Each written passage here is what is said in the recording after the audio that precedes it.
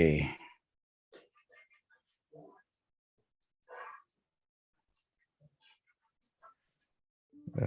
Mbadde njirabye n'engamba kalira. Okay, morning once again. Hope all is well. Tugenda kuba tulaba leero oba tusobola okufunayo. Yesterday was a public holiday. The market moved, but not in a good range. So, like, teyabadde na volume nungi. So, tuli mu chat wano ne mukulu Sem, the son of Sem, ne Zoe, n'abalala abatwegasseeko eyo munda. So, if you're joining us on live, leave a like, leave a comment, subscribing, typing a yes, typing a morning, typing a gundi chat yo gyewandiyagadde tunuulireko oba gy'otunuulidde. Omwezi tutandise tuyinza okugamba kwota ey'okusatu. Kwota omwaka gulina quarters 4. Meaning nti tuyina generally tuyina 4 quarters. Quarter meaning nti emirundi enough. For example, let me share something here. Manyi wiketa tubale nti gwe guno omwaka kati bw'obala gwawulamu emirundi ginene emyezi 6 n'egino 6, then n'eguno emyezi gino giba 6 bw'ogyawulamu emirundi 2 gibeera 3. So we have 3 months here, 3 ne wano 3 ne wano 3 ne wano 3. So gy'emyezi 12. Kitegeeza emyezi 3 egisooka okuva ku gusooka mpaka gw'okusatu ye kwota esooka, ogwokuna mpaka ku gw'omukaaga yeeyo ku 2, then ogw'omusanvu mpaka ku yokumeka mu gw'omwenda yeeyo kusatu. So tutandise kwota ey'okusatu. Kitegeeza twakatambula half tugimazeeko ey'omwaka. Awo weebuuliza nti ndi ludda wa nange ganjogere mu njogere yange tutandise half ya 2. Half ey'okubiri, the second half of the year. So naye nga before the second half tutandise quarter, mainly financial gundi periods bazibala mu quarters. Waliwo abagenda okusoma quarterly reports ezawedde last month. Waliwo abagenda osoma quarterly months ezawedde mu guno omwezi. So like quarter reports eza companies ez'enjawulo. Kati mu eyo scenario ebiseera ebisinga tulaba eze-expirinze last month, eze-expirinze ze tuyita, how do we call these things? Like options, like how do we call them? Like these, okay, we have options, the derivatives, then like they are expiring this month. I mean, they expired last month. Kitegeeza more are open this month. They are opening. About opening options is about trading options. Abagamba nti gold agenda kubeera down by this. About trading as CDF contracts of difference ezo bwezityo bonna zigenda kubeera open this month naddala in a week. Abasinga ba placing their best bets. So guno omwezi gwa calling those calls oba puts oba calls simanya biki aba derivatives ezo. So kubanga ziri esinga ze expirinze kati eza new aba speculators aba trading long time holdings. Yeah, so kati eza second half nga mukulu Sembu agambye zigenda ku openinga kubanga eza first half za expirings. Ate nezino eza second quarter nazo za expirings. So in a week kyovula eyinza okuba mu volatility mungi due to that nti already bagenda ku openinga calls ezo options ezo nze labidde erinnya ettuufu naye those who are trading derivatives bagenda kubanga bakola ki batradinga naye naawe weebuuze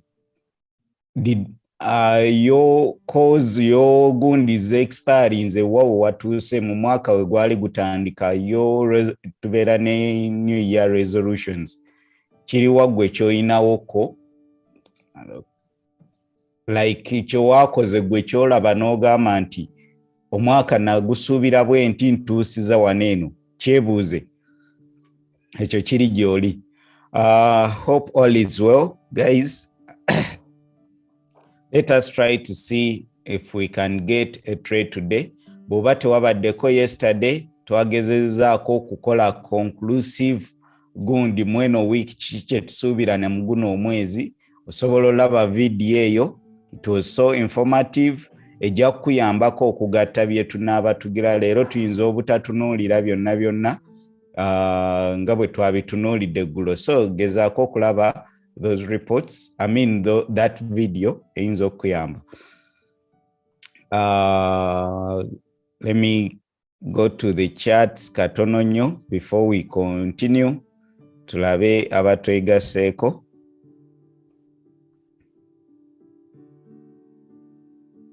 Okay. Sorry. Yes. Apologies. Morning. Good morning. Thank you for that. Mukululuze Hamid. Salamu alaikum wa rahmatullah. Ahimbisibwe. Morning. If you can see it, you can have it. That is true, but not true every time. Joa, yeah. Thanks for joining us. Gamanga nechuma gwokirina. Ekyuma ekimanufacturing otula n'ogamba leero njagala $1 1,000 n'olutunuulira nga batwala zizo. But if you see, maybe you can have it. Bobanga. Okay. So let us start from here. Abali mu chat buli omu mulamusiza. It is a crime. Eno business yechasinza okubeera enzibu. Omanyi okubeera n'enjala ne baleeta enkoko ne baleeta ente enjoche embuzi enjoche byonna ne babiteeka wano ne bagamba lya piisi emu. Ng'ate bw'oba akatale katambulira mu tiriyoni 6 buli lunaku naye n'okutoolako 10 kya mbiro n'okuzifuna nalwo ng'ate lutalo. Yeah, it is the most difficult way of making easy money. Tewaliwo ng'olina ekiprintinga sente naye okuzijjamu. Agambye, okay. Nga tulaba Bank of Uganda n'ogenda okwewola. Ate twe bamuzimbira ennyumba nga tayina. Agamba nti gavana wa banka famire ye teyina nnyumba. Madamu Zoe tubuuzeeko nyawo. Manyi eddoboozi ly'abakazi liba lya njawulo. Olaba nange nga bwe neetegese njagala n'okuyisa mu kutumpulire bulungi. Rika tajja kwogera kusa. Good morning. Simanyi wampulira bulungi. Laika. Wampulira? Good morning. Good morning nyawe tukuwulira. Okay. Tukuwulira mu past tense. Okay, katulabe jije. Tutandikire waneeno tulabe kiki tuyinza okufunamu. Let me first delete this. Generally, we are rejecting, we have these equal highs. Bogendera ddala sigenda kudda nnyo eno mabega. Naye for now we are in this situation. Tubadde tulina these equal highs. Ze twaformize rejecting there. Kati tuli mweno phase, corrective phase. last time when we were here correcting mpaka eno wansi area jenyinzo ku marking out this area. It is a major area of demand here.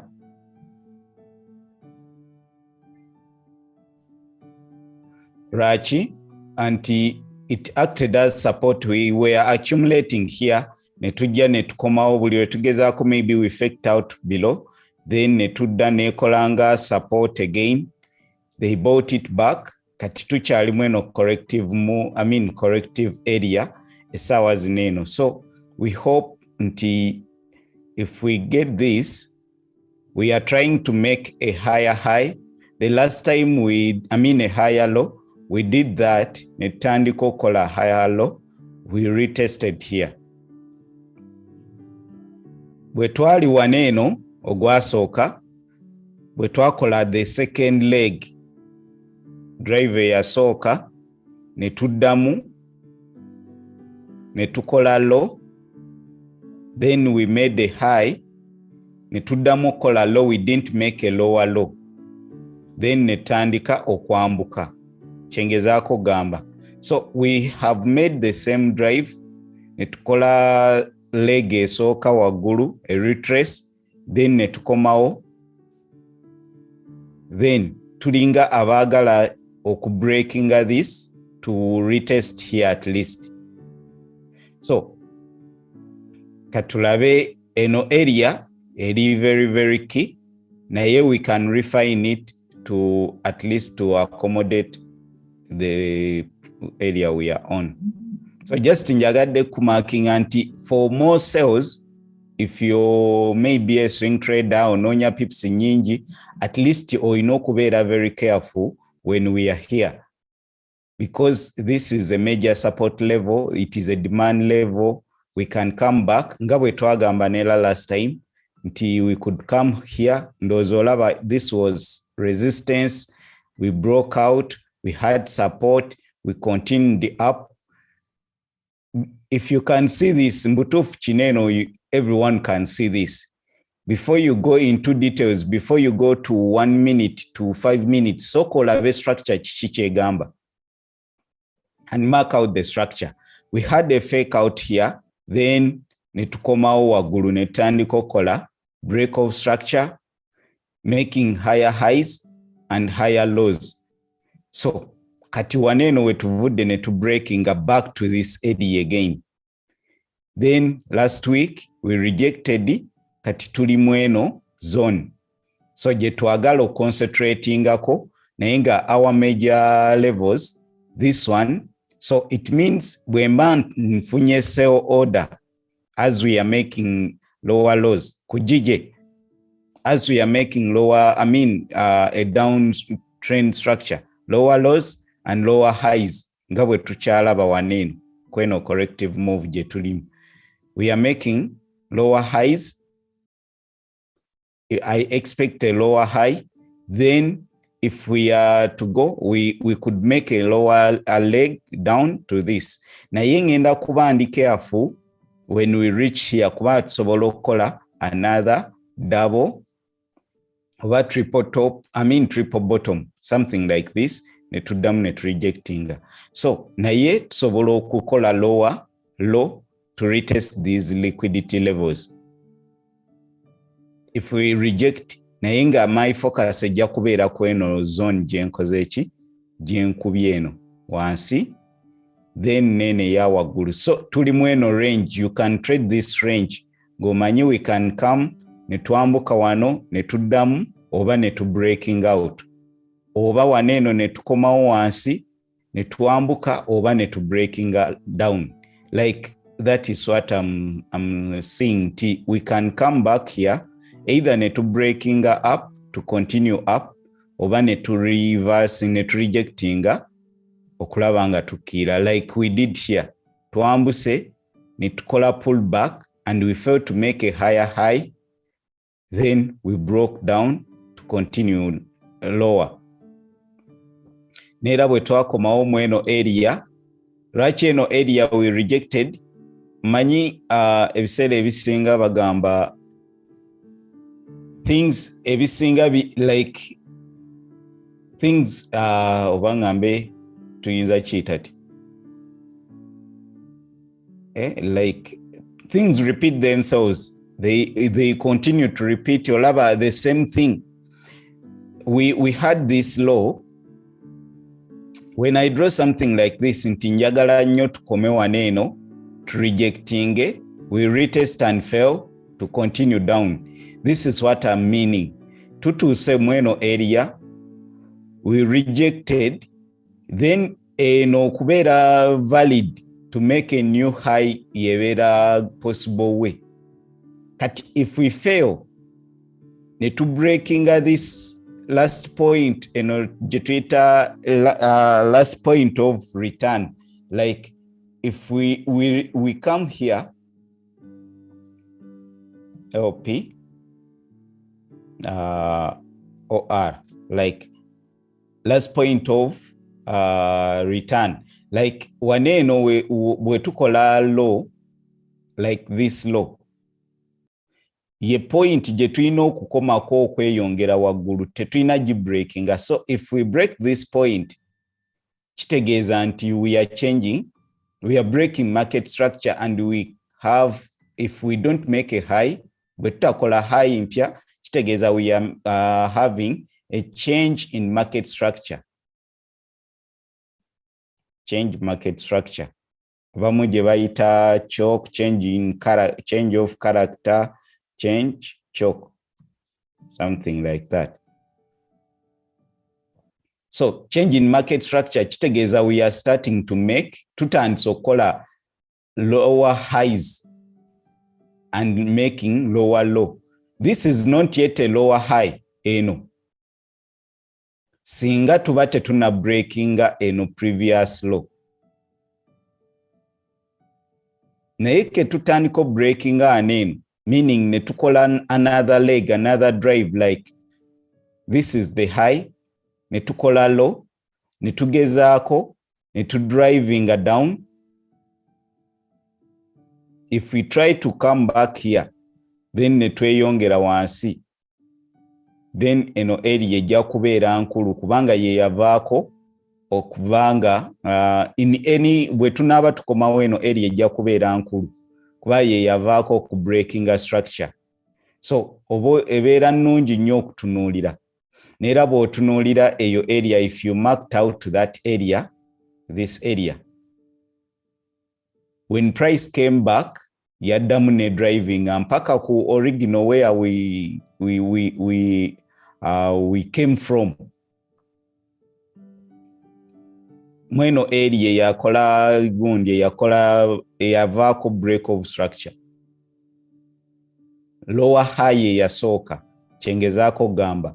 Not only that, newane eno wenyini bwe twali tugezaako okwambuka, these things a structure kyangu nnyo bw'obanga ogize eno lower high ene yasooka okukolebwa before we broke the structure ku last point of return, then ne tukomawo ne tweyongerayo. Kati bw'obala eyo area, I think if I extrapolate, this becomes our supply level. And when you see that, nti bwe twakomawo twakola ki, twa rejecting nze neera ezo giraba olwakomyewo twa rejecting nze.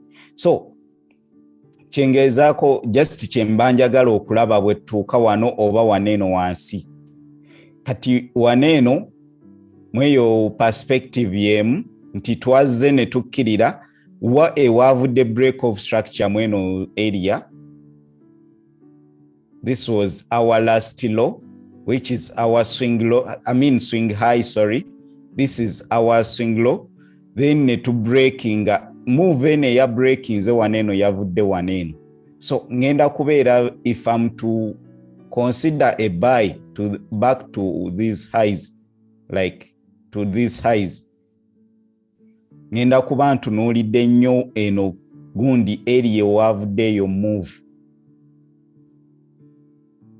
sigenda placing just gundi trading placing a trading and then simanya ntekewo buy order no naye ngenda kulaba candles rejecting as kuba candles zijja ku opportunity nga bolaba neno they gave you an opportunity to enter here zijja kulaga rejections.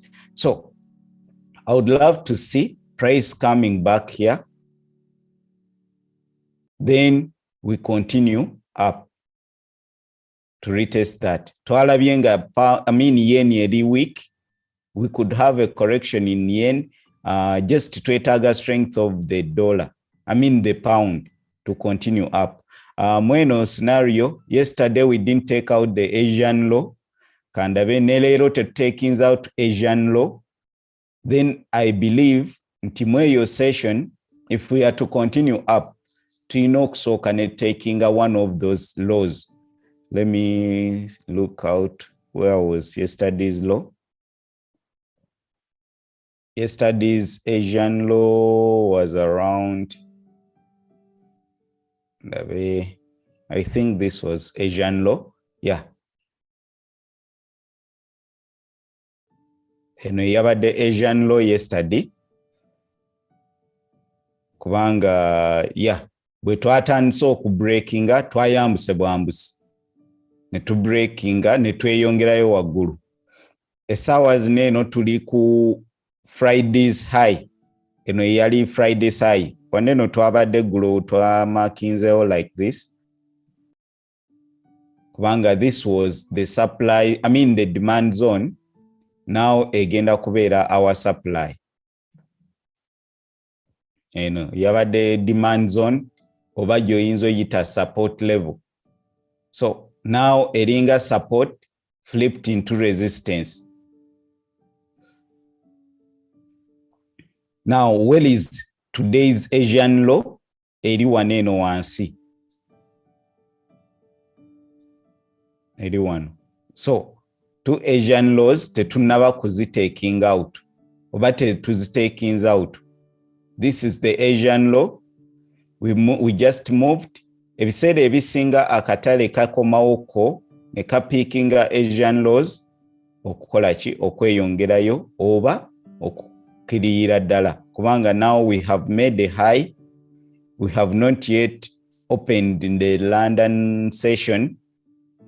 Tetunaba kutandika London session. We are just in the open. Bagulawo budde bucha buki saawa ziri mu London oba mu Europe. Most European countries saa ziri kitegeeza tebannagenda ba bankers ba institution levels, institution companies zineno zi venture capital ziani tezinnaba institutions ezo zi moving akatale tezinnaba kuyingira kutandika kukola mirimu. So we have not yet taken to take out this liquidity level. Here we have liquidity here, but we took relatively equal highs. That is liquidity. Aba settings up. Kati webuze singa bade bagala okukola ki okwambuka. Why didn't they take out this liquidity? Okukirira. Okukirira. Singa bade bagala kukira lwaki teba taking out this liquidity. So it means we have liquidity here. Let me use here. We have liquidity here.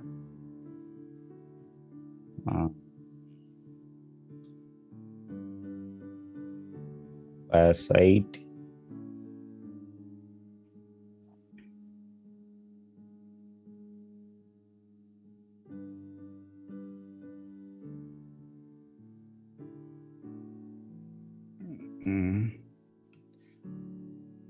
Kondinga nyina nyingi.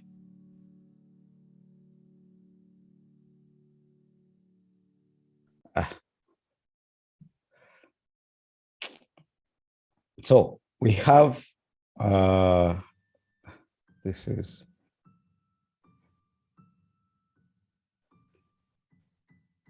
so we have liquidity here, relatively equal highs.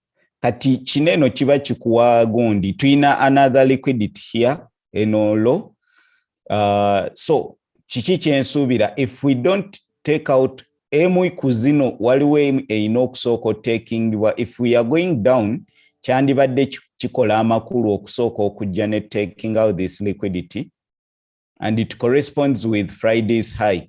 Bwogenda ku chart, I think this was Friday's high. Eno kande ya openinga eya red ye Friday's high. So kyandibadde kikulu ne tujja ne purging out this liquidity, then yokola ki okweyongera wansi. That would have been very good. Waliwo chetuyita 3 drive move, like oba gondi chai ICT chaita Judah swing, like okubeera ne drives 3 nezi lemo ku breaking the previous liquidity level, then netubeeranga to drivingira kweyo kusatu eno waneno kati oba oli alaba nti this is resistance. As we see, this is a resistance level, change it a supply level, then netujja netu drivinga once again, then ogo kusatu netugiyitamu, then netandika okulaba nga tu falling back to these lows. So kineno kyenandyagadde, if we are to go up, singa tuba tuli ba ku rejectinga this area, kino kyenandyagadde okulaba. Kiri more probable bwe tukola kineno ne tujja ne tu purginga this liquidity, ne tumu taking out either with the wick or with the candle close, failed candle breakout, then ne tukola ki ne tukkirira. Naye singa tetukola ekyo ne tujja ne tukkirira essaawa zineeno with this drive eyabaddewo mu Asia, then ne tutandika okulaba correction back to this area, ne taking out this Asian low, then ne rejecting back okufuna kineno. I expect to take out this liquidity. Kati ekimu ekisooka wenja okufuna confidence nti maybe we could go higher if we first come and take out this liquidity, or we could go lower if we first take out this liquidity. Abakitegeeka, if we tusooka ne taking out ono sell side liquidity, lwaki sell side? Nti ba sellers buli wetuuka ano baselinga, their stops are here. Kati kitegeeza waliwo abaselinze waneeno okulaba nga tukkirira. There are more who are selling here because we are in the supply zone, then their sell stops are here. This is the sell side liquidity.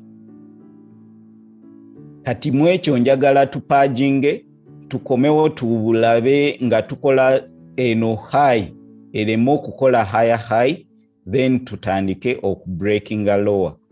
Ekyo kyenandyagadde. That is what I'm looking for. If we are to go low or retesting these lower levels, all these order blocks, liquidity yasigadde wansi, njagala kirabira waneeno kubanga tuli mu kwambuka.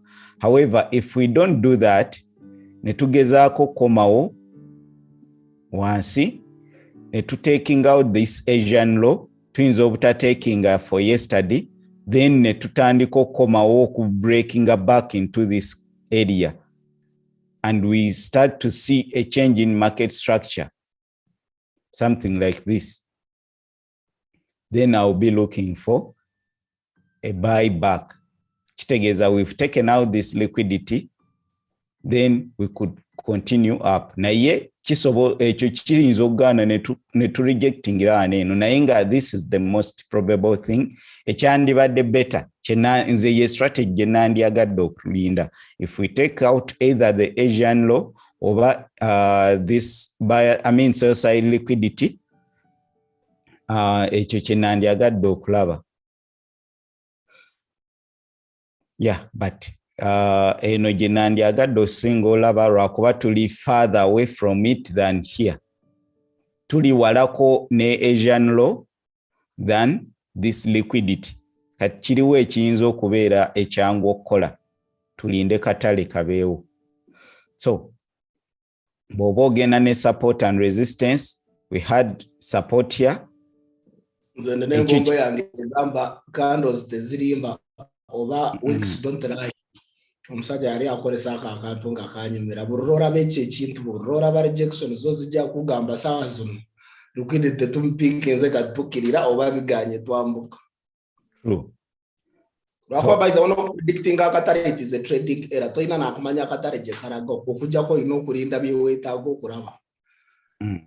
Naye bwogamba kambuka kitegeeza nawe kaba kakirira gwe togenda kuteeka mu stop loss obeera sure kagenda tekagenda kwambuka kagenda gwe otunuulidde kimu. Kyekizibu kya gundi bulijjo okomwa anti lwaki most of us lose money ng'ate oyongedde kufuna knowledge. Otuuka n'obeera overconfident n'otayagala kubeera mu kyamu like wrong. Buli trade gy'otaking ogamba ndi mutuufu. Omusajja yagamba mu trading tumanyimu ebintu we know few things. We know how to identify our edge. We know where to press our stops. We know how we are going to take profits when we are winning. But if you think you know, expands from that, it is the more you will fail. Yeah. Whatever you know your terms of stop loss, you know your also akatare kambuka, you know your turns kuva kwebye byosobola okumanya waro byotasobola kumanya mu katare. Naye ate tikigana kukora analysis. Okay. Katono nnyo mbadde nnyina kyengira. Okay. Oh, okay. Katono nnyo. Sorry. Mbadde nnyina kyensettingamu wano. Okay.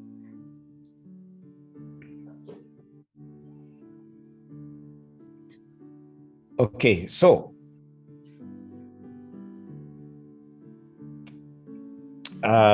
okay guys, kyekyo kyengenda okulinda. Sorry, mbadde nnyina kyensettinga wano eno munansonyiwa. Naye kyembadde ngezaako gamba nti nga mukulu Sembo agambye nti we know everything. Naye tekitegeeza nti olw'okuba okimanyi you have to do it. Ekikulu kukola ky'omanyi nti kyekituufu. Omanyi ekirungi kya trading abantu amala kugamba nti nkooyo okuluzinga. The day you know that okooyo okuluzinga lwe lunaku lw'ogenda okola sente. Olunaku lw'olimanya nti you're over trading. Bwenkola trades 10 olunaku, that is over trading. Okola obutamanya lot size, that is over risking, over leveraging. Obutateekamu stop loss ng'okimanyi nti nkola kikyamu, lwe lunaku lw'ogenda okubeera profitable. Omanyize kyenda bakifuula trading muzibu. Waro sometimes when abakatare I predict the market from the top ngamanyi kugenda bottom. Naye ate kiri fane ng'oyina option y'okukozesa even 100 lot size ng'osobola kukola n'akakadde ka dollar in that prediction. Naye kasitotandika okuva ku mulama n'ochanginga lot size gy'okozesa risk management gy'olina okozesa lwakuba predicting z'akatale n'olaba gye kagenda. Noba predicting nga ne kakolaga we kagenda waliwo bwe kagenda okugaana. The impossible thing can and will.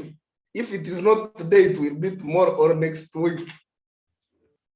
Tedi kirumanga kugira neranga bogambye kulaba move yo n'okozesa lot size entono n'ogamba kale singa natadde mu bweti nga really kirumbira ddala naye ate kye kikuuma kubeera ngo the discipline trading that is the discipline you have to be with.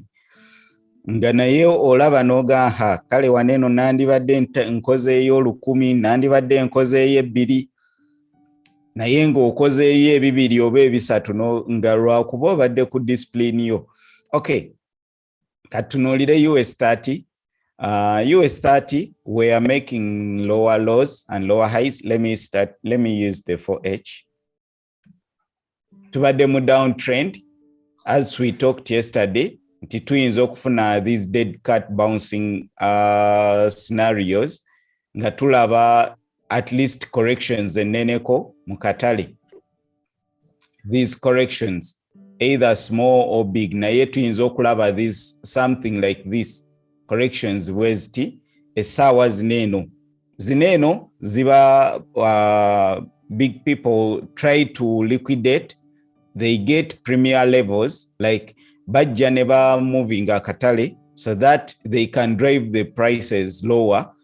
So they sell higher, they send the price higher, basindika akatale waggulu so that they can sell it at a higher price. Oba kyoyinza oyita at a premium.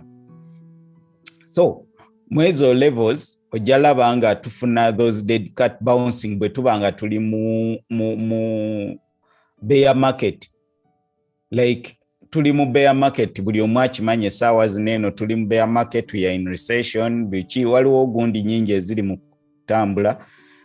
Naye mu bear market ojja kwesanga nga tuba tukkirira bwezi tuti. Ojja kufunayo these pumps, then tuddemu tukole ki tufune distribution to continue down. Ngorabye nga nywa chai kusikatira mu bigambo bye. Anti nasibye kati bwe ndaba nga oli mu kulya oba onkola. So kyekyo kyemba kyendi mu kusuubira waneeno ku US30 ne if I'm trading other indices, that is what I would look for. This dead cat bouncing, bwe ndaba US dollar ng'eraga weakness, then nendaba something like this, then I would look for those pumps to previous levels. Kyenyinza okukola ekyo. So essaawa zineeno bw'olaba US30, we had this drive down, then we had a we had a drop, then we formed a correction or a base, then netujja netukola ki netukoma waneeno oli ayinza ogamba head and shoulder, which is okay, then netukomawo mweno area,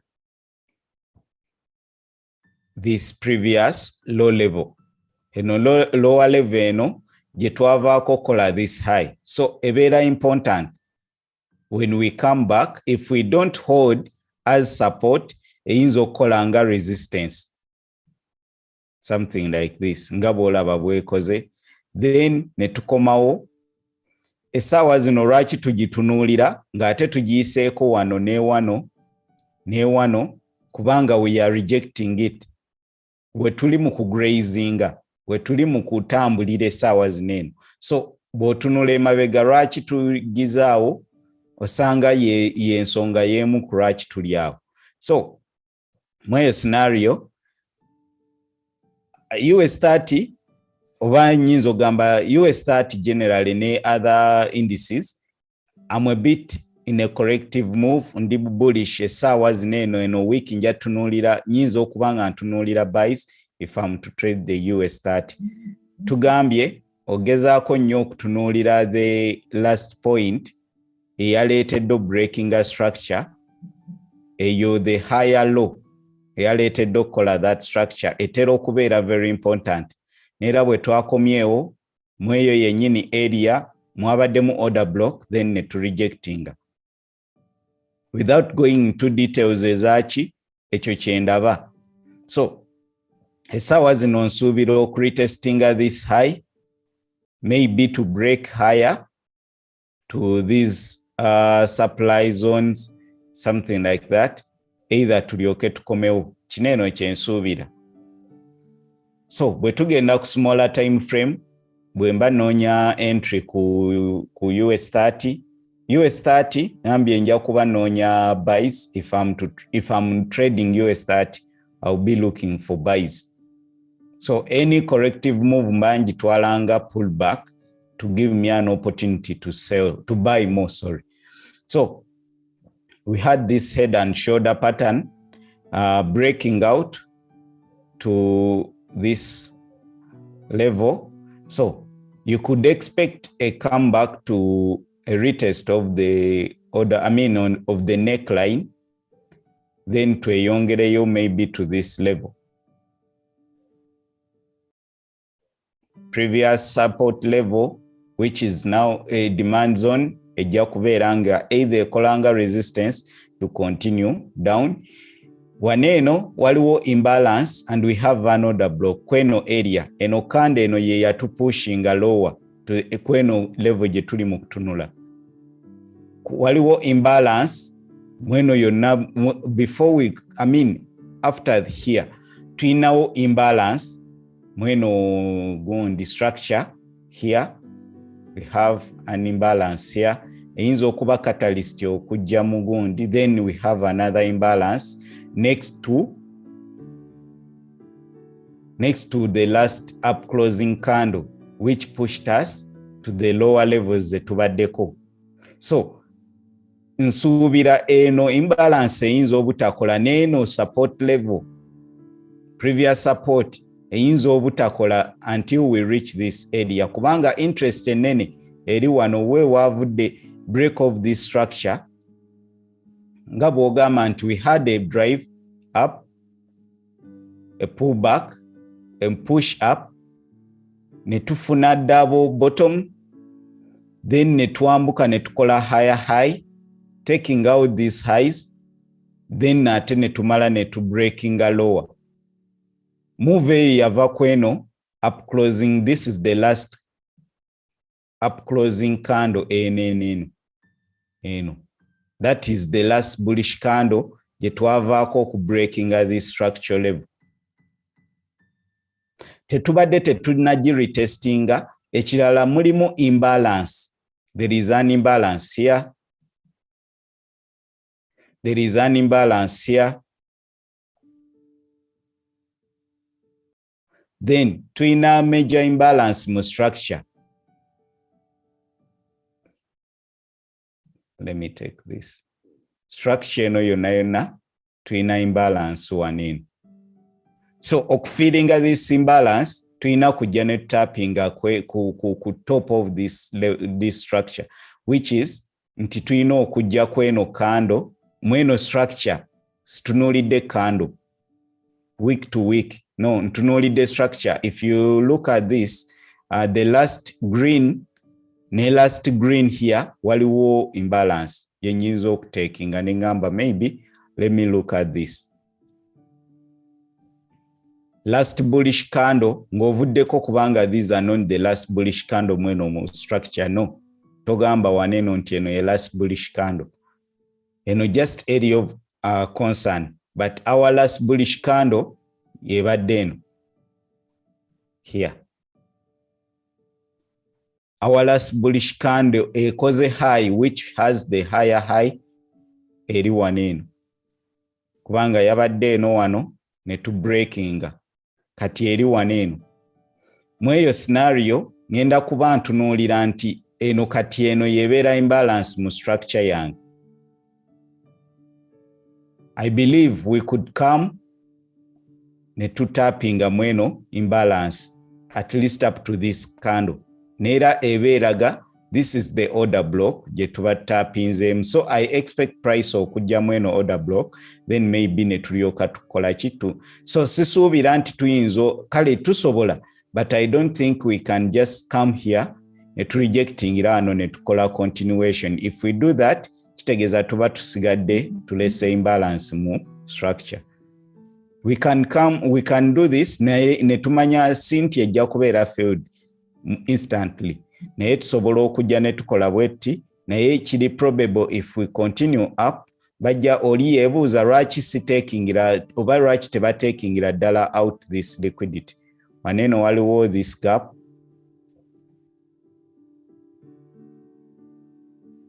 Eno week to week, then ne waneno waliwo this gap. Candle to candle about week to week.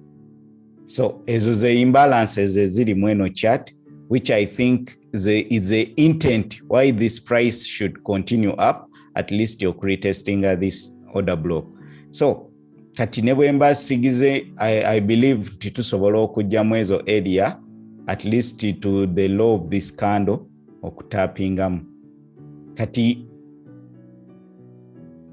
my constant entunja kuba ntunuulidde can we reject here ne tujja wansi naye singa tu breakinga ne tweyongererayo ddala waggulu ne tuddamu ne tu rejectinga kitegeeza chances nyingi okweyongera wansi. Wano mba ndi mumativu mba bagamba akafa omukkuto wano obanga afudde omukkuto tewakyali price kyeyagala mu katale. Okay, ndowooza katugende ku gold then tubeere nga tumaliriza our analysis. Waliwo yasabye mu chat ayagala omuyitiremu mu euro. Ndowooza kuba amaliriza gold. Euro ki? Euro USD. Okay, Euro USD twadde tumuyiseemu yesterday. Era mbadde saagala kudda ku pairs ndala.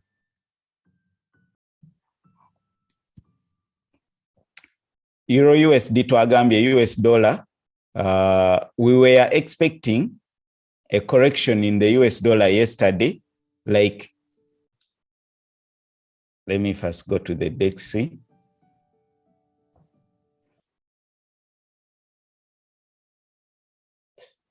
This is the dollar index. Dollar index after making the high, these double tops. In fact, in the opposite triple bachi here. Then netandika okola a bit of a rejection. Twinzo tunulira our last point of gun support inakubeera waneno. So esawa zino tuli mu correction in the dollar. I think yesterday, is it today? Yeah, today we try to push up again. Then nandyagadde tukkirire naye we are breaking this structure level for a correction in the dollar. Let me do this. Tulabe. Dollar teri ku range nungi. So, if you're trading the euro, nandigambye singa olinda dollar ekuwe gundi ekuwe rejection mweno area. Singa ekuwa rejection netandika okulaba nga eraga weakness kuba kati esaawa zino leero eri bullish. Yesterday it was bearish. Today is retesting yesterday's high, breaking out yesterday's high and rejecting yesterday's high, which was the Asian high. Then net rejecting. I think this was the Asian high. Then net rejecting. Katukomyewo. Maybe if we fail to break again, netujja netu breaking these lows, chances nyingi ez'okubanga tugenda taking out these liquidity levels, okola maybe a lower low, something like this. So, naye saawa zino tuli mu range, we are in this range. Kati tomanyi oyina kusooka kufuna dollar strength oba euro strength. Either euro yeina okulaga nti eri strong oba dollar okufuna weakness. If you want to sell this pair, kitegeeza oyina okulaba nga to breaking at least this level. Tuyina okulaba nga to breaking up, okulaba nga tweyongerayo ku retesting these liquidity levels oba highs. Naye if we are still below this, and marking out with a price notation.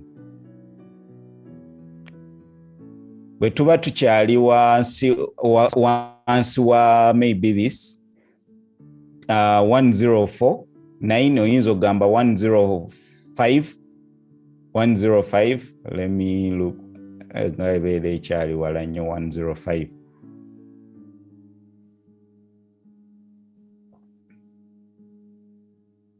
Let me give maybe 900. Yeah. If we are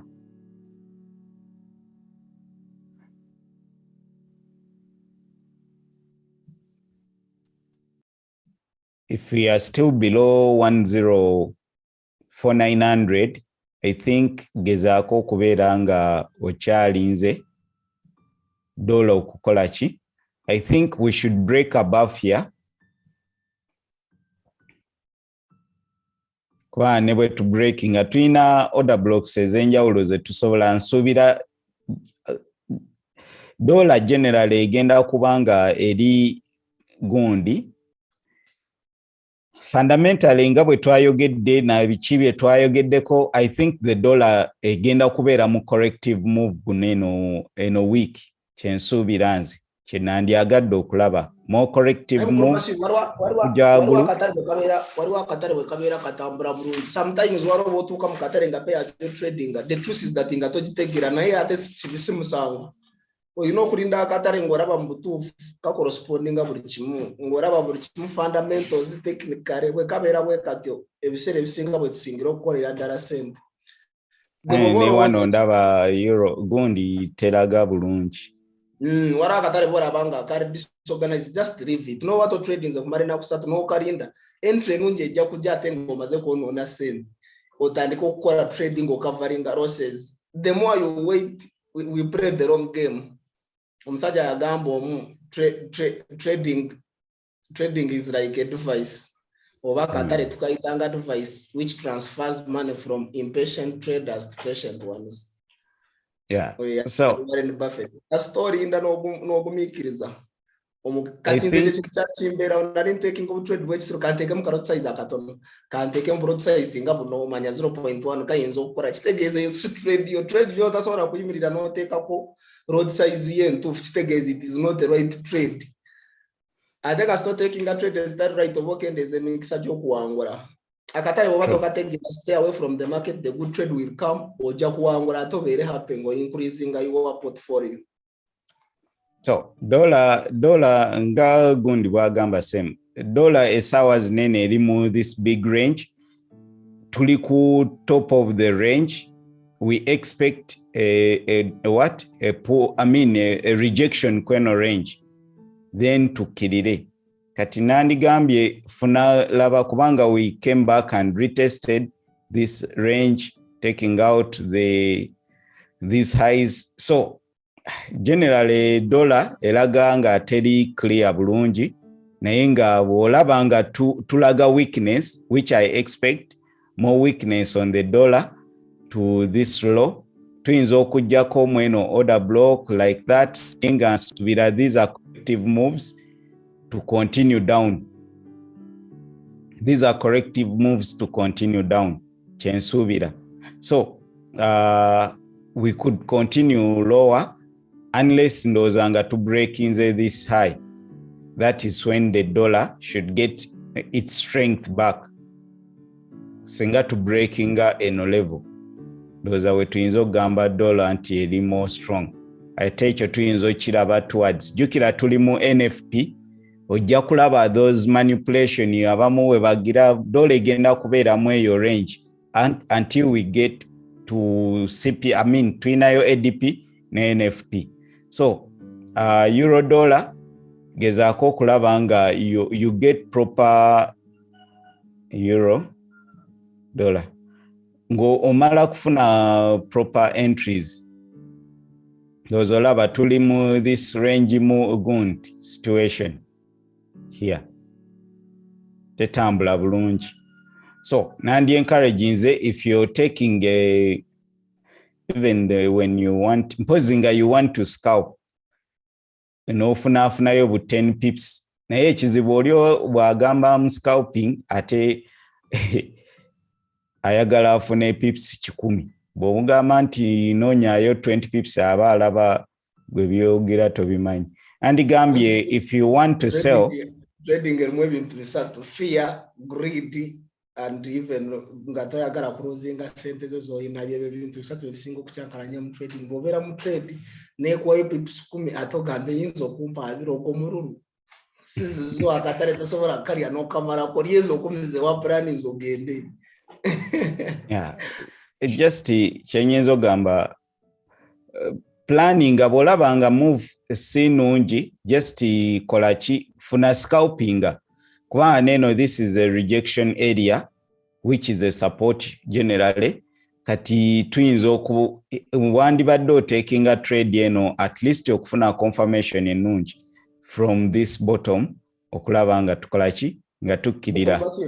orabe chintu choku journalinga trades wari na taking katarenga karenjinga ne taking trades mukaga zona nezuluzinga nentuka chisera nengamba ndi trader mubi nayenga nari njagara binji in range market ngakatsoka ne kampa pips 15 pips ari nayenza nari njagara na asatura kwa capital bokora $1 anga kumugamba njagara $1 anga asatu 40 katuno ino jordingo jijem bieta soboka oyagara kamente nyankoro jikamwe mwedomora anga freshian.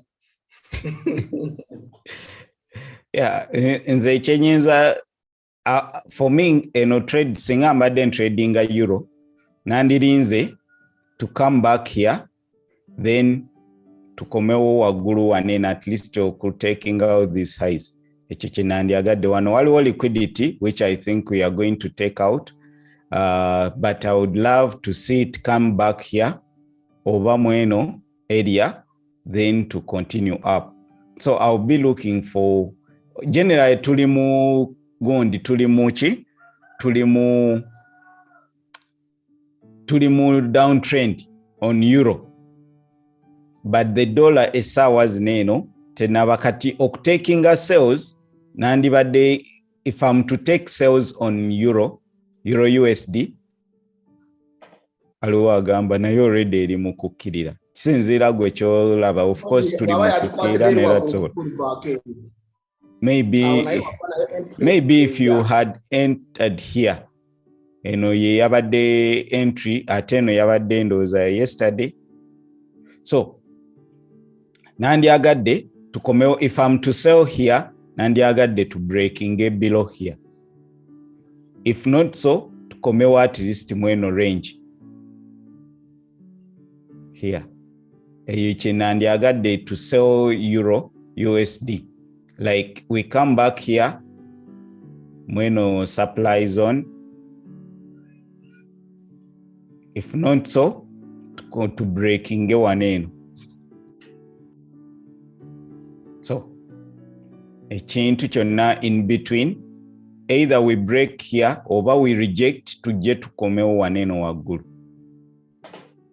oba bwe tutuuka waneno then tulage rejection nga bwe twakoze wano then tukkirire for a new leg to take out these lows ekyo kyenandyagadde but if not so sigenda kubanga mweno range bw'oba ogifunye n'ofuna entry you can draw your support and resistance levels osobola ozikuba naye ng'omanya nti if I get maybe 10-20 pips to this kubanga ina order block gyesobola okurejecting and this order block lwaki eri more important eno last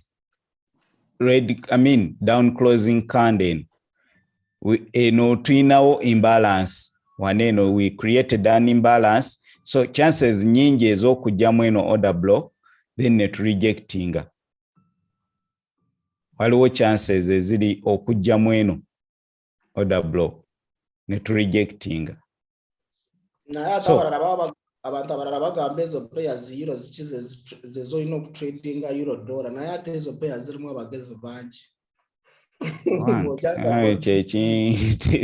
kyekintiisa kubanga it is the most traded pair abamu bagamba mbu yesinga otandika nga tori mugezi lwaki totandikira mu kadi AUD card nogenda ngo yesinga okurespecting a structure naye nze njitya kubanga banks ezisooka otunuulira zaani manipulating akatale jukira bwoba otandika gwe waliwo byoba tomanyi order block naye wano waliwo abatrading ICT wali aba support and resistance wali mu katale kano mugezi nnyo so just nze nandigambye mweno range siselingiramu ate noonyamu buys noonya rejections mweno to continue at least to this level unless ng'oselinze n'ofuna setup yo nomanya bwe nfunayo 10-20 pips I take some partials then nendaba waweeraga naye if for proper sales nze njagamba wait for a break below here to continue down oba to come back tukomewo waneno waggulu we reject singa tukomerawo ddala mweno imbalance mweno structure ate kibeera malidaadi nnyo singa tu rejectingira waneno ne tukola ki ne tukomawo so buli lwengamba bwe tukomawo waneno tunuulira next level singa we break above next level eri luddawa and why we could go to that level. So kyengezaako kugamba nti waneno bwe tukomawo ne tufailinga kubanga it is the last resistance level. Naye singa tukomawo waneno wali ewali imbalance lwaki this is the last the last high oba gundi gye twagezaako attempt okwambuka ne tu breakinga lower move gye tulimu eno ye structure bw'obala structural level ng'oggyeko eno here to here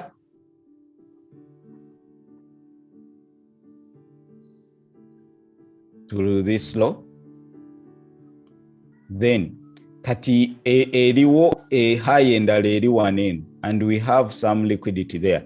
So if we break above nga tubadde tukomyewo waggulu ne tu breakinga waneno waliwo imbalance, then tumanya tuyinza okujja waneno ne taking out this high, then ne tukola ki ne tu droppinga because structure yo ekyali mu downtrend. So ekyo kyensuubira naye for now I'm not taking any trade ku euro USD unless nga to break inze lower, like if we break this structural low oba gye wandiise this support wenyinza otakingira sell nga nfunye confirmation from there. But if not, I would be looking for buys mweyo area with that order block, with that support kyenyinza okutunuulira. So that being ndoza kyekyo, let me go to gold. Gold nalabye naye nga engeri US dollar gyabadde eri gundi nga ne gold naye tatambula bulungi. Eri mu consolidation. Gold is not moving properly. Ali mu consolidation. So just needs bulinzi ndabe. If maybe we are in this, let me first delete out this. Of course, nga gold bwe tubadde tujja tulaba buli we tugezaako pumpinga to droppinga harder, making lower lows. So kati worry yange sawa zineno tuli mu consolidation.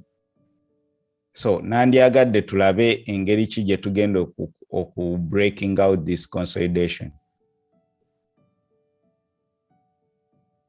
Out of that consolidation. So if we break out that consolidation, then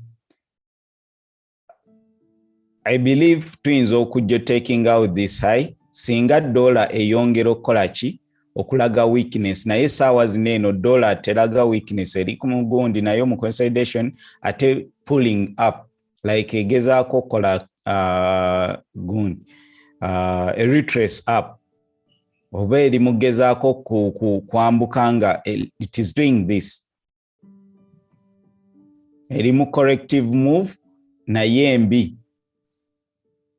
So kati kineeno kyekireetedde US pairs okulaba nga buli lwekomawo waneeno ekulaga nga ekkirira, buli lwegira bweti n'ekulaga nga eyambuka.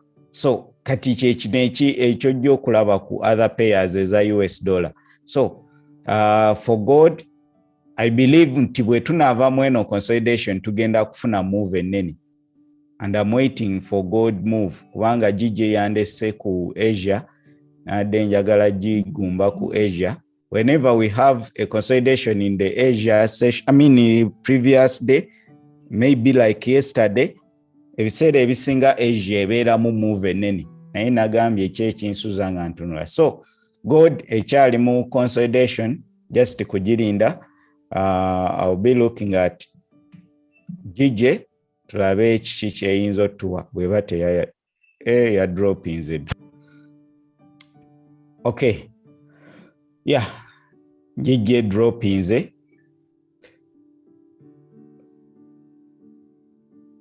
this is good for me. Singa ekomawo nejja bweti nekomawo waneno, then I'll take out this line to look for a buy. Naye singa ejja, ekyo kyengenda okukola. Singa ejja nekomawo, because eno ye drive eyasembyeyo. This is our last point of kyetuyise point of no return. Like eno ye pullback eyasembyeyo. Point of return, last point of return eri wanene.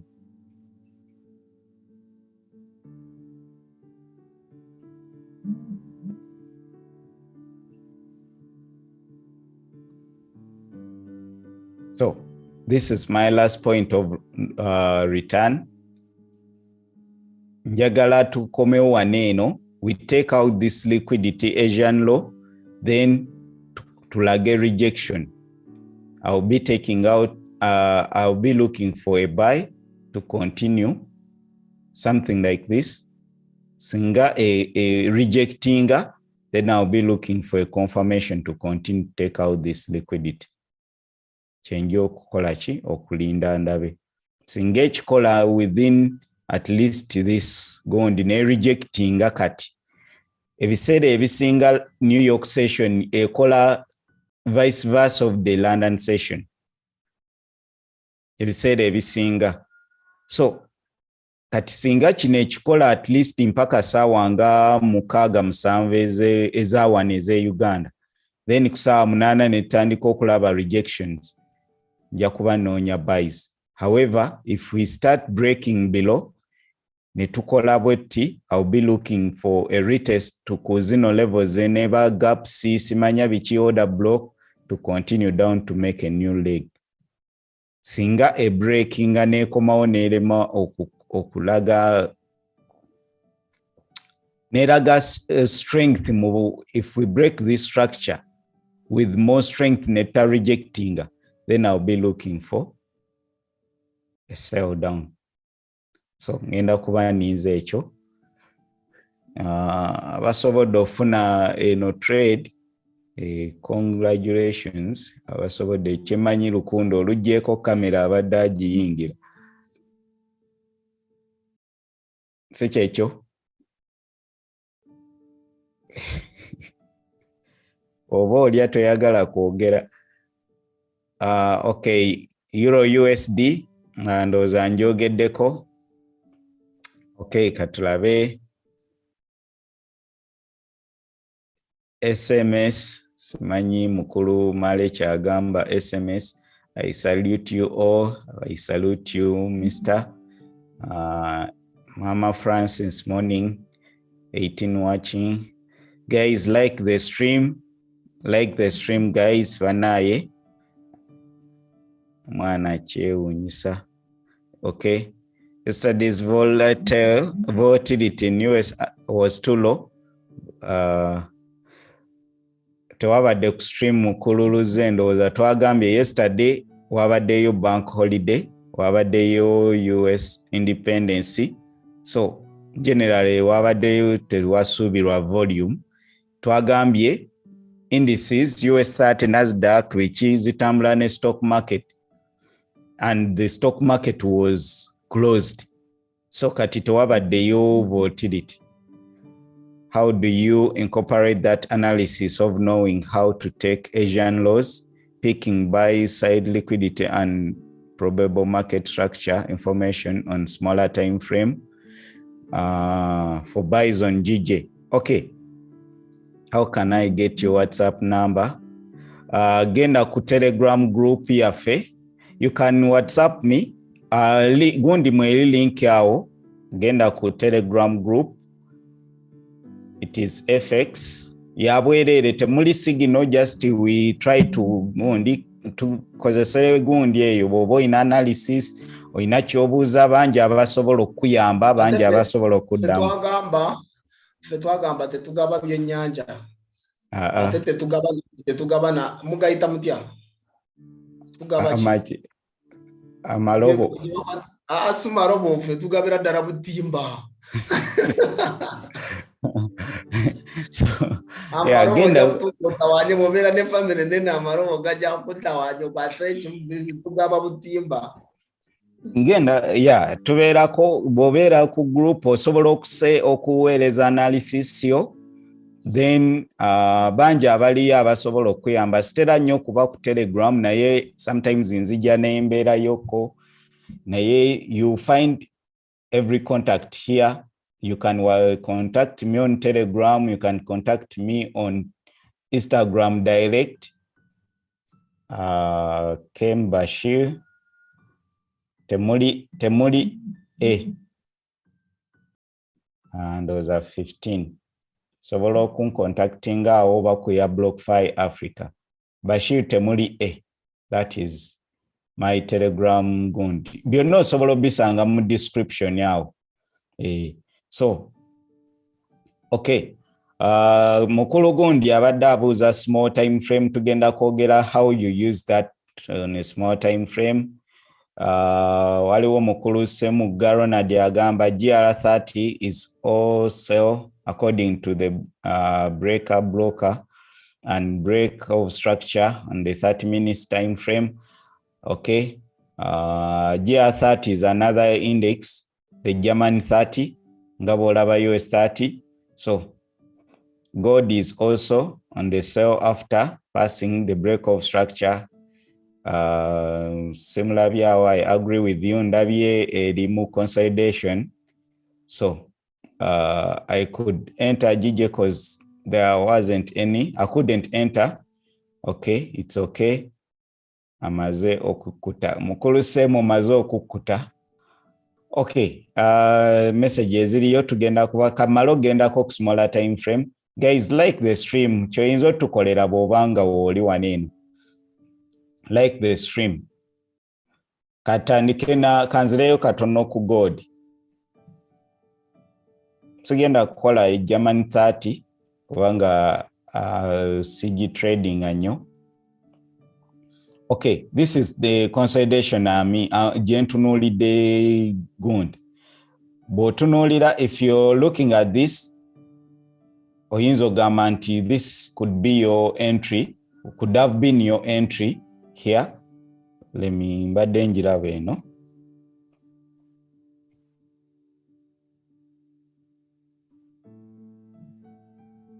This is what I was saying. A pullback, a push, tugambe continuation, then we made a high, then we broke this structure, then netukomawo, oli ayinza okugamba nti we had this where we rejected eno. Those are mukulu linya. Those are jabadde agamba here to enter from here. Nsuubira tuyinza okwongerako okukola ki okukomawo ko waggulu to drive higher with this liquidity. Simanyi lwaki ntunuulidde nnyo no liquidity lwaki tetumuteking out. And bw'onooba olaba nti then eno tujja kuba waliwo ka imbalance akatono ke tujja okuba nga tapinzeemu. That's why nsuubira nti gold akyayinza okuddamu okukola ki. Buli lwe tukola drives nesatu.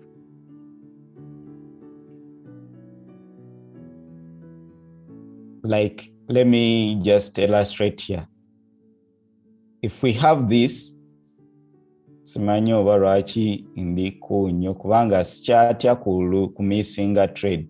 We have this high, then netu break, netwambuka, netandika okukomawo. Then we make a high again, but lower than this high. Tuba to creating the liquidity. Then netukomawo wansi. Netukola drive esooka, drive ey'okubiri, then kyemba nsuubira drive ey'okusatu oba ey'okuna naye ddala ey'okusatu. Zino ebbiri zino eno kale tubale this is the second drive.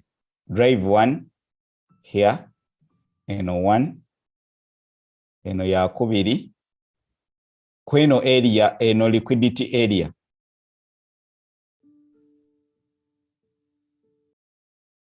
olaba price eyagala taking out this liquidity, but it is accumulating more liquidity.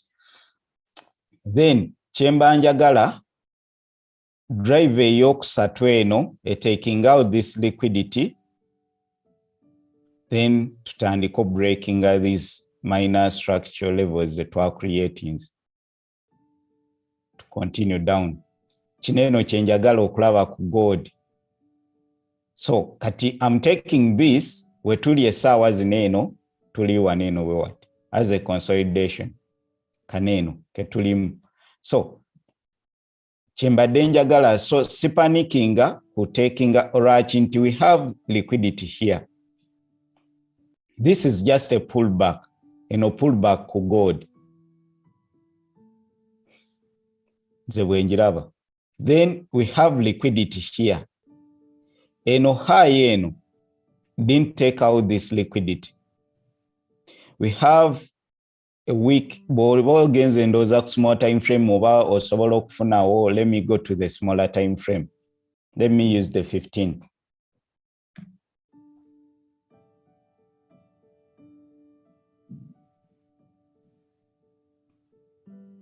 Okay, yeah. We have mbogena ku 15 tuinawo this order block. Ye tuyinza okukozesa here.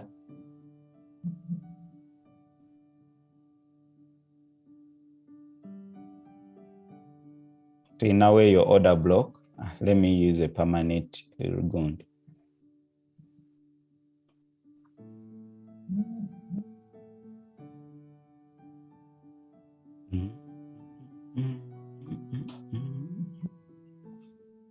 So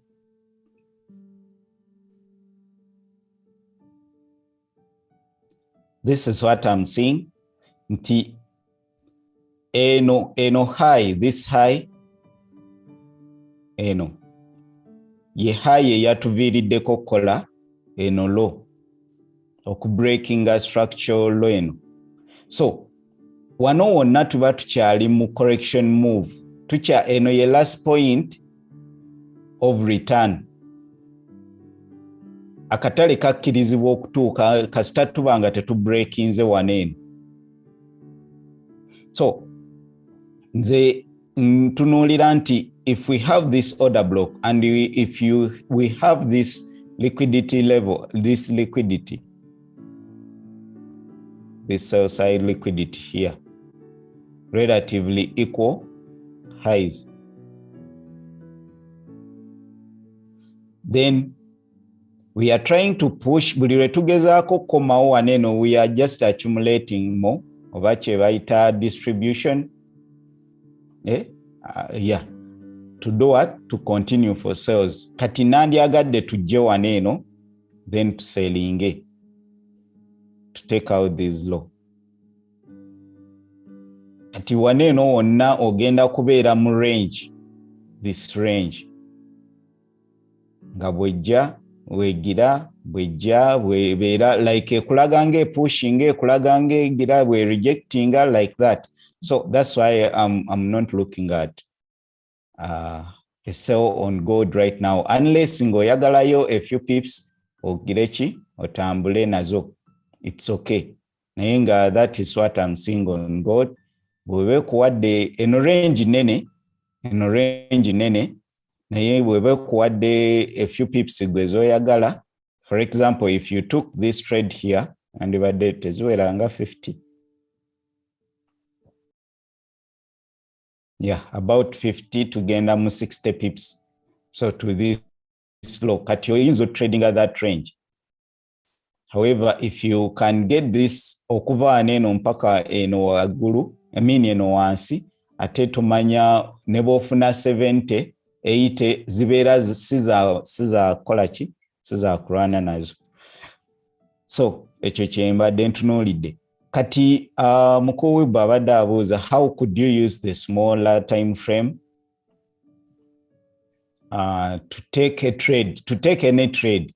So kotunuulire higher time frame olabe structure ekolachi. Nga bwe tulabye ku 1 hour ku gold, then I go to the smaller time frame kuwana wa bate kuwa propaganda nebweba eno ye order block etali tested bogambe eno it was tested this one eno tenabera tested chokanga ate eri next to our area of interest kati just bwembeera ku 1 hour I use 1 hour kubanga tubeera tukola analysis ngenda kuba ntunuulidde reason kyeri waneno kati njagala price eno ku 1 hour ekole ki ejje oba ku higher time frame ejje kati bwetuuka mu eno area of interest eno waneno mbadde staddeewo gundi ngenda kudda ku smaller time frame. Most cases you use the 15 minutes. Then ngenda kudda ku smaller time frame mbeereko ndabe areas of interest wawe nyinza okukola ki okutakingira trade. So kati ekyo bwe mbanga ngenze ku smaller time frame obanga ngenze sometimes I go to the smaller time frame even to 5 minutes. I don't go lower than 5 minutes. But you can if you know what you're looking for. So genda tugeze ku smaller time frame. Let me say 5 minutes.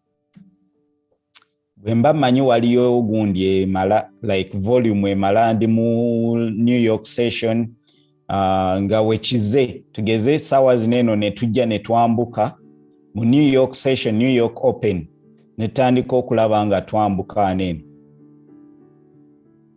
mu New York open netuuka waneno nandyagadde ndabe a rejection. For example netukola bwetu njagala ndabe break of structure ku smaller time frame like 5 minutes. I want to see a break of structure noonye entry bwe ntandika okulaba rejections mweno entry then I could take that trade.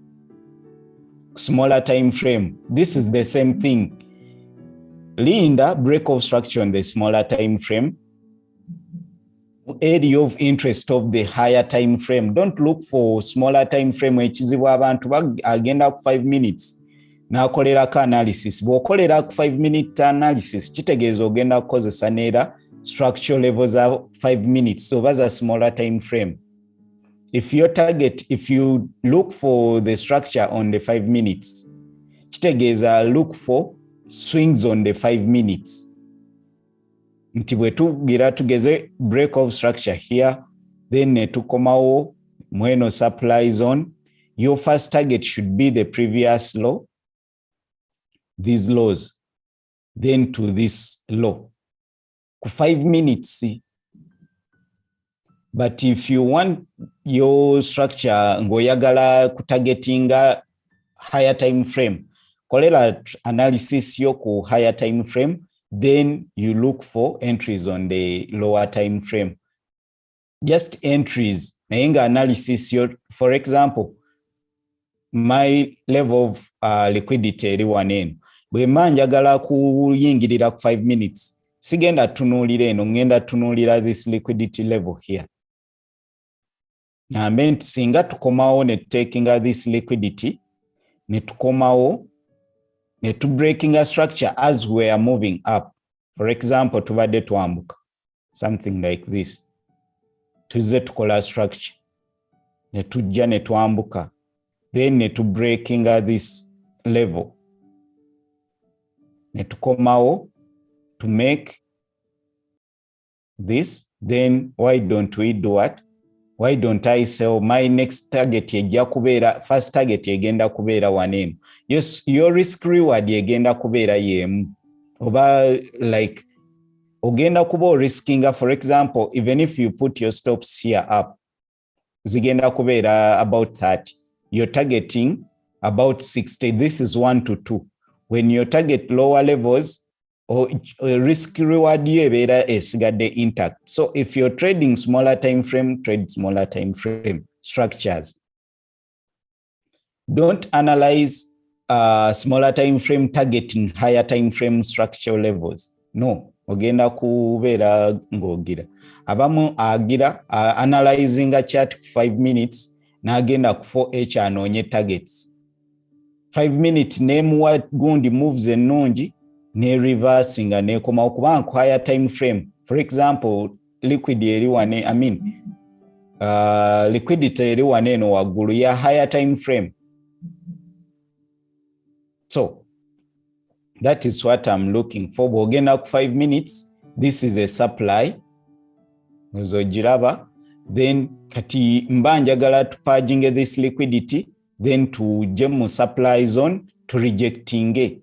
Kati eno move towards the supply, I mean the what? The liquidity zone. Jembanja gala okulaba forming etya ku 5 minutes egenda ku forming lower, I mean higher highs and higher lows, something like this. Kati bwetuuka muneno neeraga nti rejecting, nze njagala nfune rejection candles, then tujje to breaking a structure, then tukomewo mu area of interest bwe tuba tulese imbalance waneeno oba tulese mu order block oba tuze waneeno, anything kye tuba tutadde waneeno mu structure, then kyemba nnyingirirako to target. Kati eno entry yange nkozeseza higher time frame levels, naye on the entry of the smaller time frame just included gold toyingirira. Waliwo pairs ezimu ezitalina volatility yemala, nga bw'okozesa 5 minutes ogenda funa pips 10 wadde your stop loss is 3 pips, naye ng'okozeseza ofunye pips, I mean pips 10. Kati nga bw'obalamu simanyi naye kiri gy'oli, naye nga kyengezako kugamba nti nze if I'm to go to the smaller time frame maybe to 5 minutes, I go to gold. Kubanga gold, if I put my stops tugeze ku eno structure nga nyingiridde waneeno, ziyinza okuba nga 30 pips, naye nga target yange ate eri about 70-80. That is 1 to 2, 1 to 3. So let me say nti eno ye structure yange.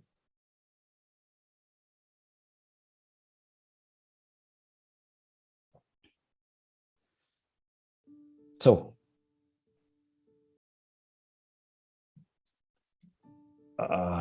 katika eno ye structure eno jembala waneeno, tugeze nyingiridde waneeno on the retest of the break of structure oba mweno anywhere here. I can do this like nebeera 30 targeting the higher time frame, kubanga eno liquidity jembadde mbaloba entry yange badde ku liquidity levels is a higher time frame. So targeting the higher time frame, kati you can use that strategy, doing your marking out your chart, Twitter top-down analysis, marking out your charts on the higher time frame, nolonoonya levels zo zimala okujja, tolaba bulabi noga o marking the higher time frame naye noga kati break of structure zijja kubeerawo ku smaller time frame, nyingi zijja kubeerawo. Abakitegeeka ojja kulaba zineeno zi break of structure ku smaller time frame. But if you try to if you want to trade smaller time frame, labanga akatale kolimu kalimu volume, oba nga waliyo amawulire something like that, labanga akatale kalimu volume, olimu high volume time frame oba market. So kati kineno kyenyinza okulinda ku gold, naye nga nkirindidde ku higher time frame already manyi kyeninze ku 1H oba ku 4H, kati then nja kuba ntargetinga ki eno ye area of interest, nti bwe tujja muneeno ku 1 hour, kati ne bwe mba sigenze ku 5 minutes manyi nti nize no structure 1 hour oba 4H tukomewo waneeno waggulu taking out this liquidity.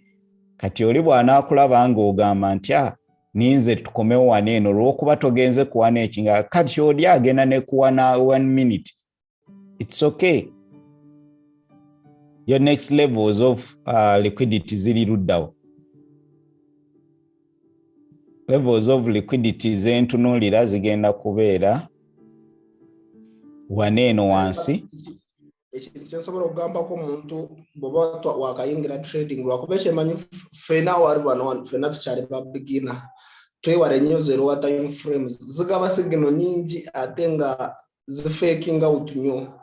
The lower the higher the time frame, the stronger the signal. At least genda ku 1H genda ku 4H quarter trade ye more nako viveko.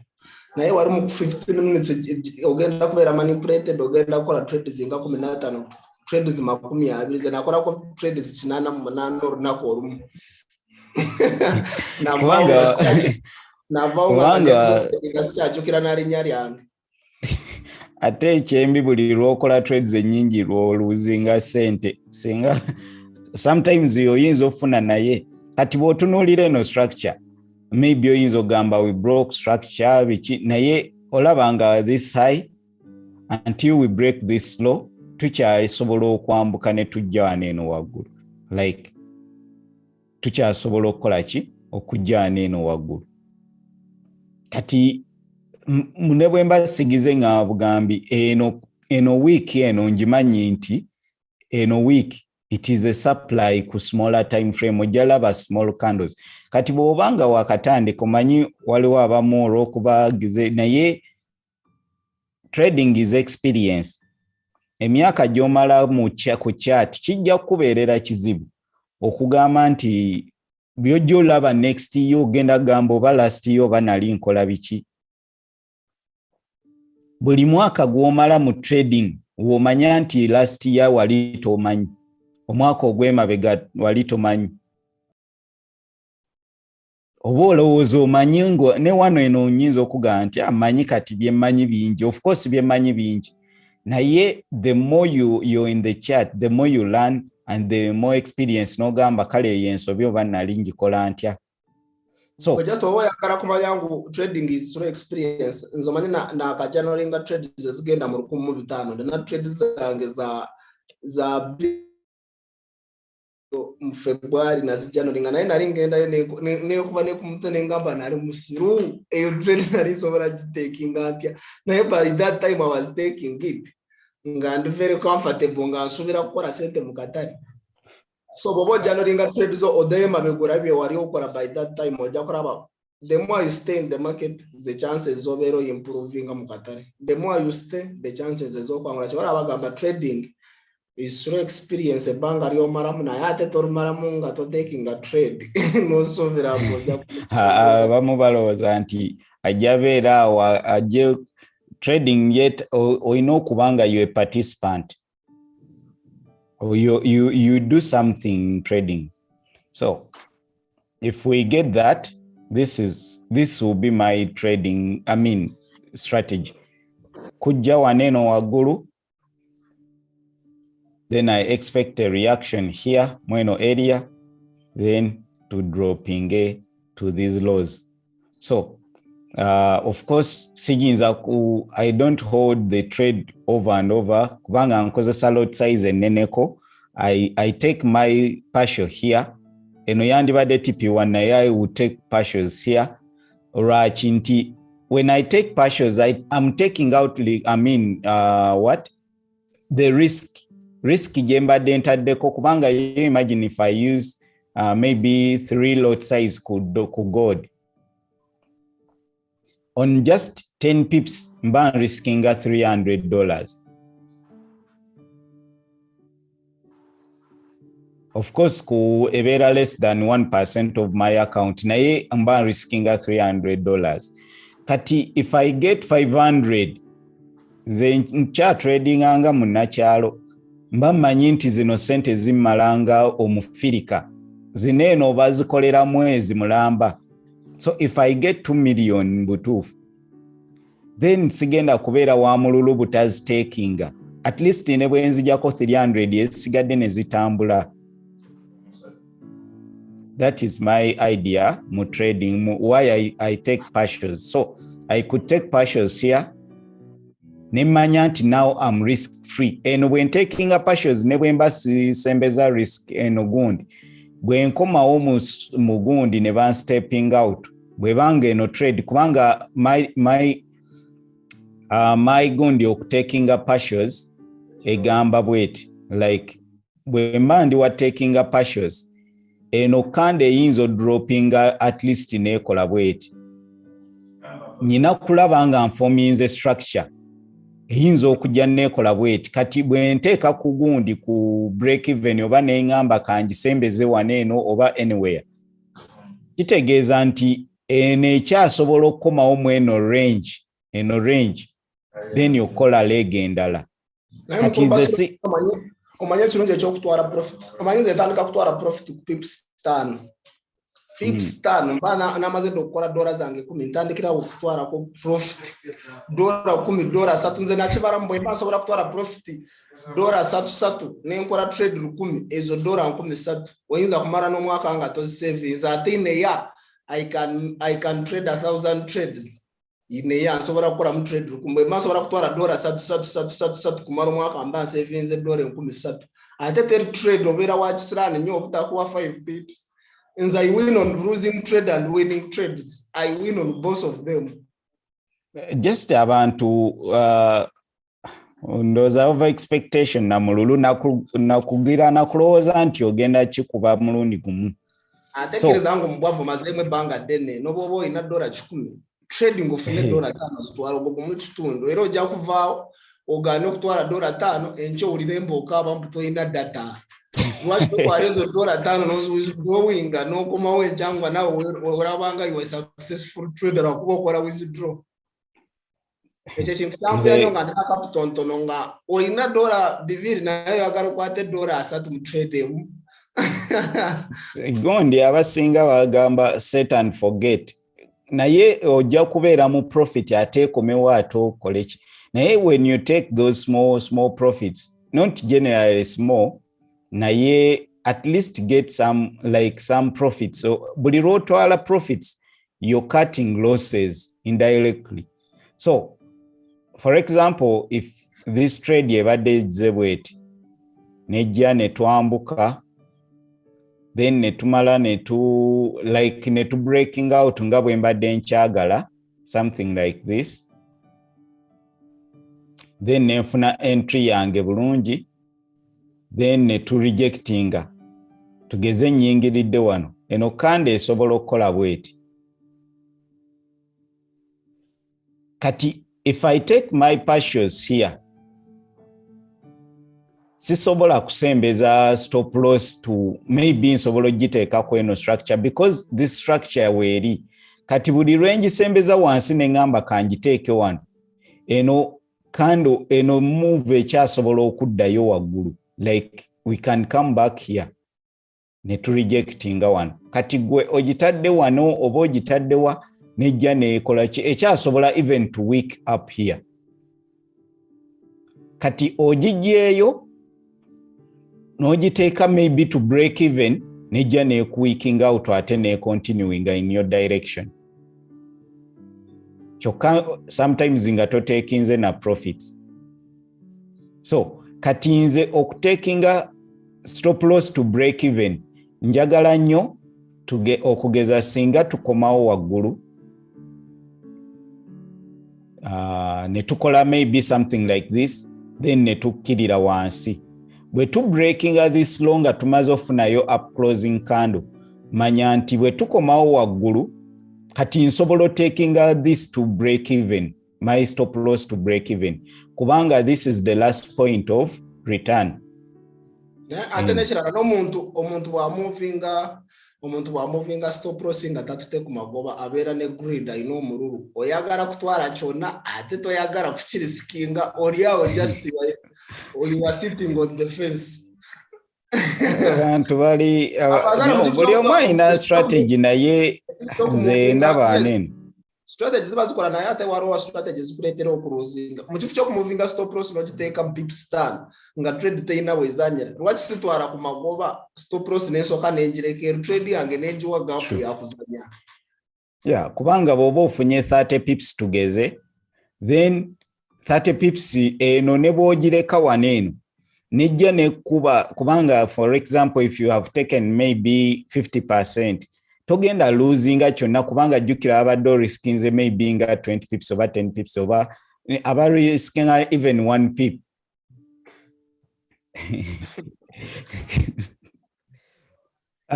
then it means singa buli muntu yo strategy agina ngekore ya 1 pip abagaga abantu badde banjira akuba we basobola kulisinga 1 pip nze ngaga wala nera mbotofu 1 pip mba nkolesa 100 rod sitegeza mba singa $10 la 10 direction yange ngofuna 1 pip nga ya risk. yes jeziri mu abatasobola zigira naye 1 pip dollar or risking $10 kyo then no kola chi no kola $1 bwe moving pips 10 kale ne bwe moving pips 10 buli move kubanga pips 10 oba ofunye already buli trade kuba pips 10 kizibu trade olukumi oba ogenze kikubire naye coach ojo tuyitiremu eyo strategy ya stop loss ya 1 pip nze sigisobola ku trading seconds. I can't trade seconds. Bazikola gye balinze sikyali oyagala okamente simanyi eri loko oyagala gikama kamanga fresh waddeyo emu oyagala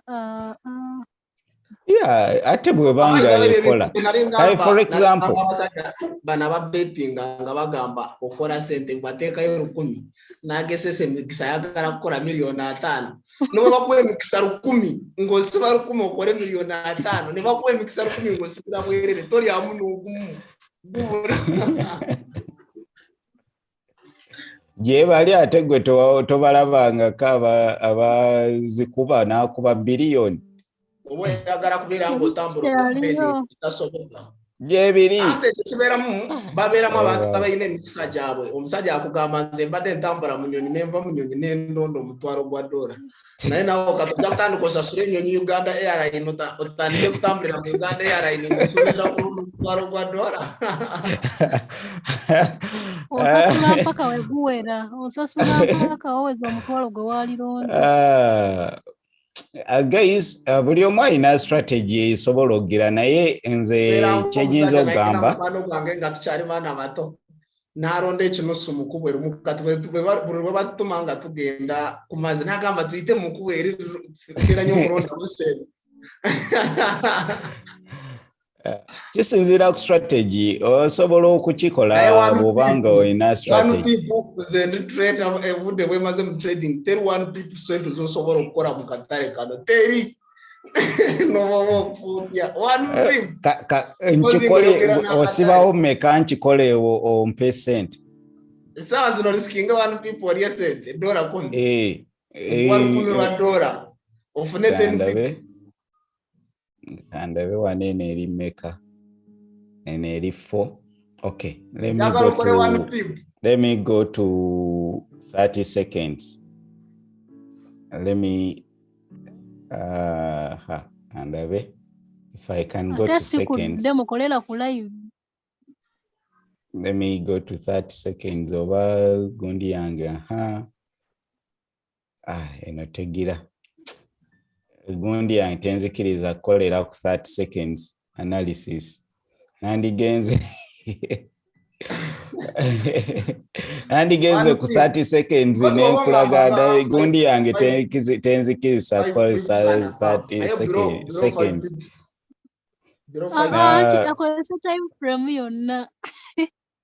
anti kati mba nyina okukola analysis.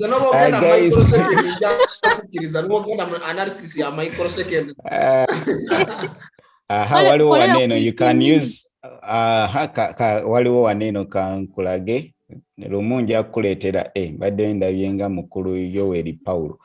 Okay, mukulu yawe Kruger agamba you can use 1 pip 2 pips as your stop loss. It's mainly on 5 minutes and 1 minute.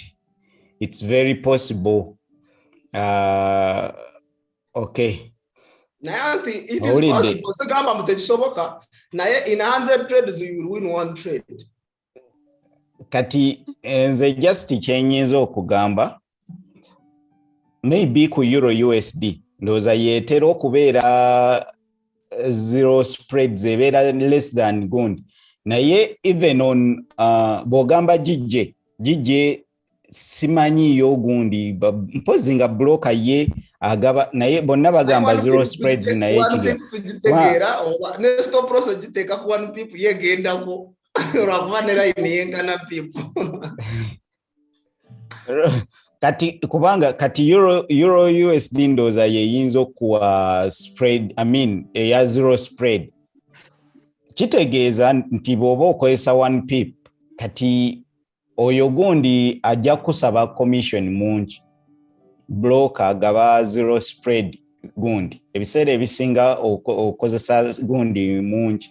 For example ba broker we bafunira sente waliwo kye tuyita like to trade against your trades bakiyita what erabidde naye ekisooka they get through spreads, ekyokubiri through commissions. Kati bino ezo zegundi ezimanyikiddwa kubanga broker oba omutumye egenda kuteerayo odayo mu banks kyekyo gwe mulimu gwe omukozesa ye naakutwalira sente zo mu banka kubanga agira eringa forex bill natandika ku trading nalinga spread zinga nene naye omusajja omu yangamba anti gwe gendo tese ne banka JP Morgan wetereyo sente zo bora ba spread zikutawanya. Kati kineeno bwabanga takozesa spreads kitegeeza agenda kujja ku commissions. Ebiseera ebisinga kyemanyi standard gundi bano ba IC markets ba Wanda they have zero spreads but not zero commission, they charge your lot size. Ndoza bacharginga $3 per lot size per lot. So $3, $5 kati ono bwabanga akuwa one spread over two abasinga ndoza bali kutu bwabanga charginga $3. Kachitegeeza nti ono bwaba ali ku zero nga munomo nga ye spreads ze ziri fixed spreads 0 to 0 ajja kusanga nga naye ayina fixed rates eza between $6 to $5.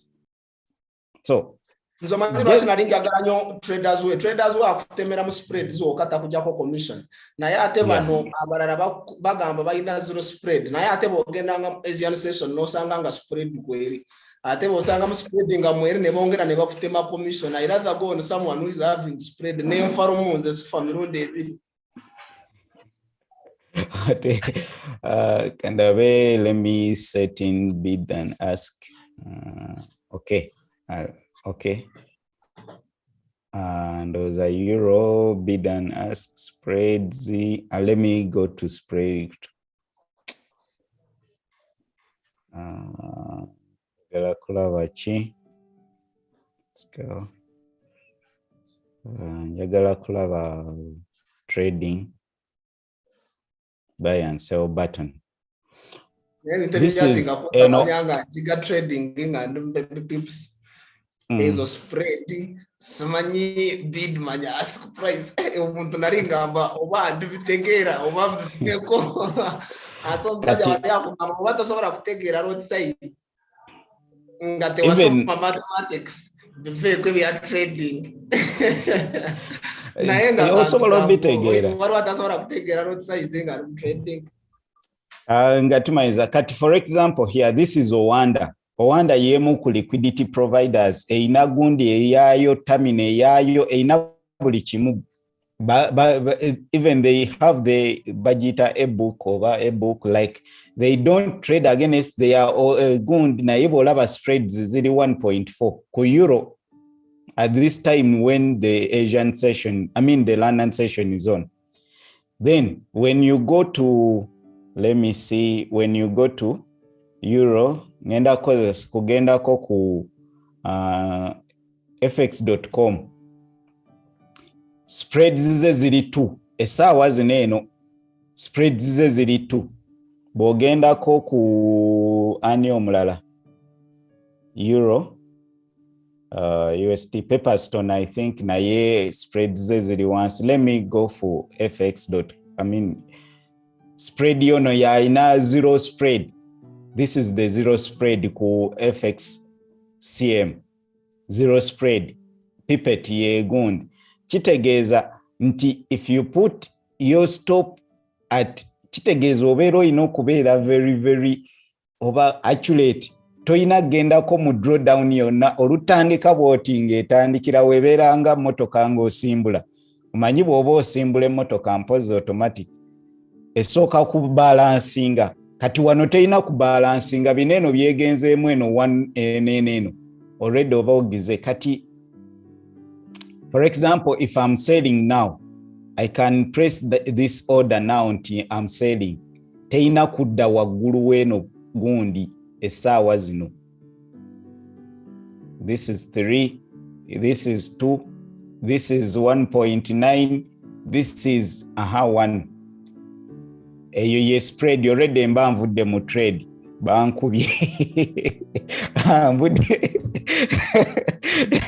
So waliwo ebintu ebimu ebitali. Why would you try to do the impossible?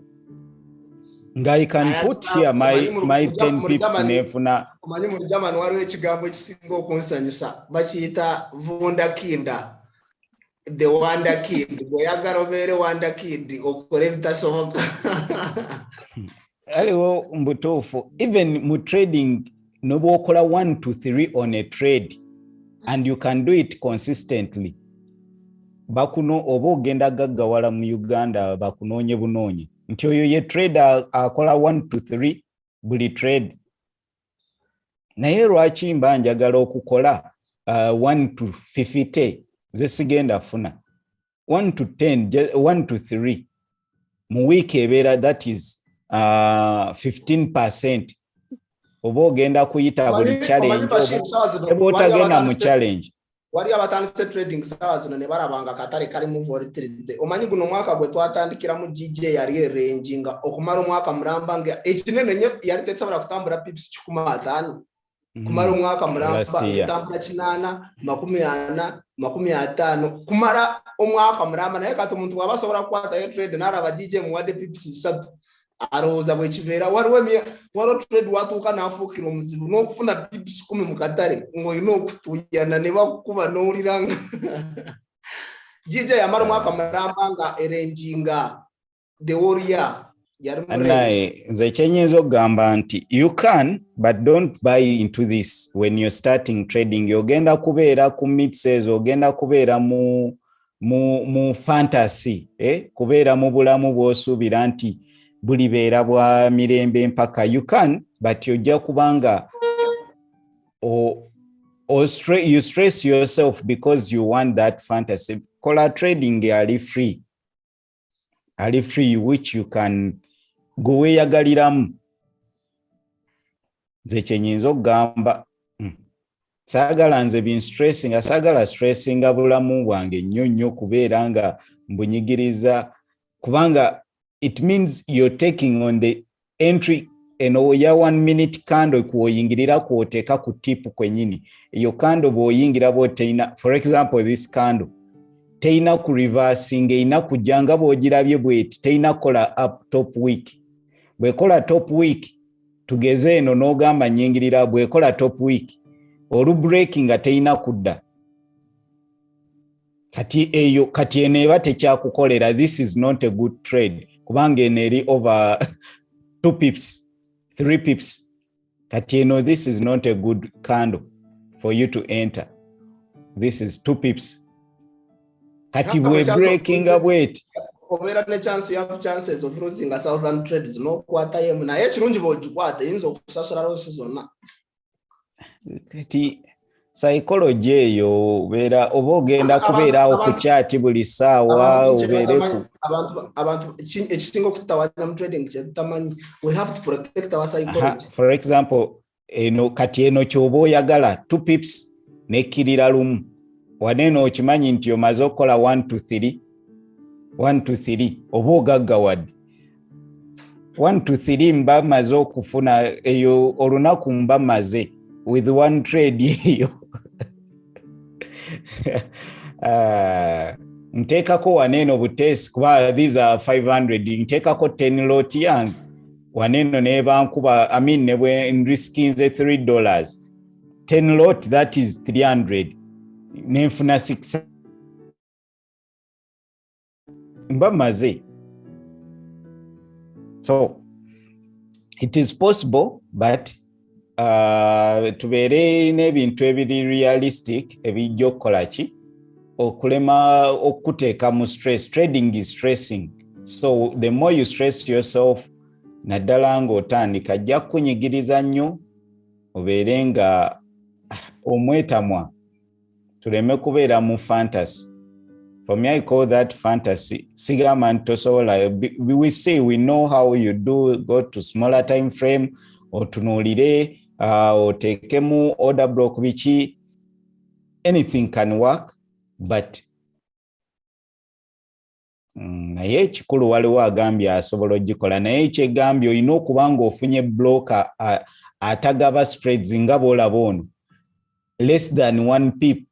Eno epipet kitegeeza oluteekamu 10 lot eno almost bakujjako just ekinene nnyo $5 nga tekuli commissions, osasula $5 ezogiraba spread. Naye bw'obanga baneno beba one of the most liquidity providers abanene, they even help other companies abalala bebasinga obunene these brokers. Naye bw'oba okyakozesa zino ez'Amerika kyasinze yani bamuyitani yayigira ne mu crypto ani gondi Robin Hood. Robin Hood omusajja yagamba free spray buli kimu kyonna kyabwerere, naye yagamba teri kintu kyabwerere, n'agamba gwe gwakola mu sente yayina abagaga bagamba abakola liquidity, n'agamba baseerazi bangi saawa zino mbasoke mba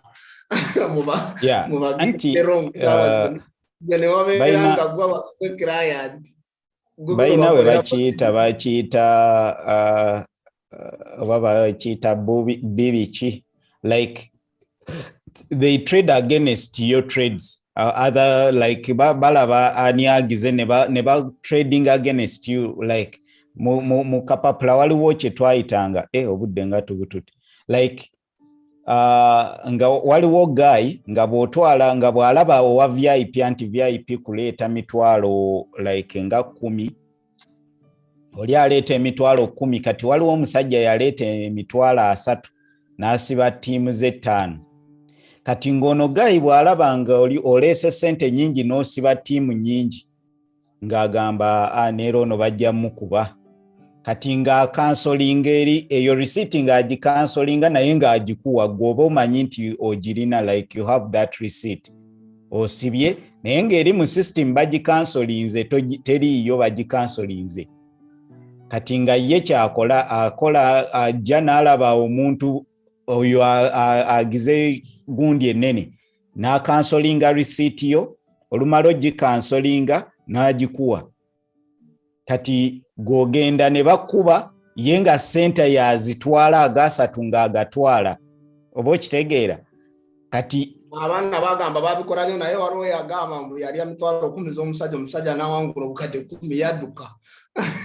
Waliwo n'omulala oyo owasatu gwe kunyumiza yakikola, omuyaye n'akuba obukadde bwe 7 ku mitwalo gya 3.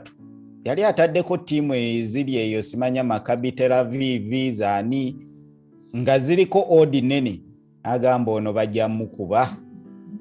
Bwe yakuba obugayi teyadda ye yali manager teyaggulawo yadduka buddusi ne bamunoonya. So kati ne bano ba broker abamu abagaba free spreads abatagira, they do sometimes they trade against you. Bakiyita waliwo a book ne b book, simanyi terminology njerabidde gye bakozesa to trade against you.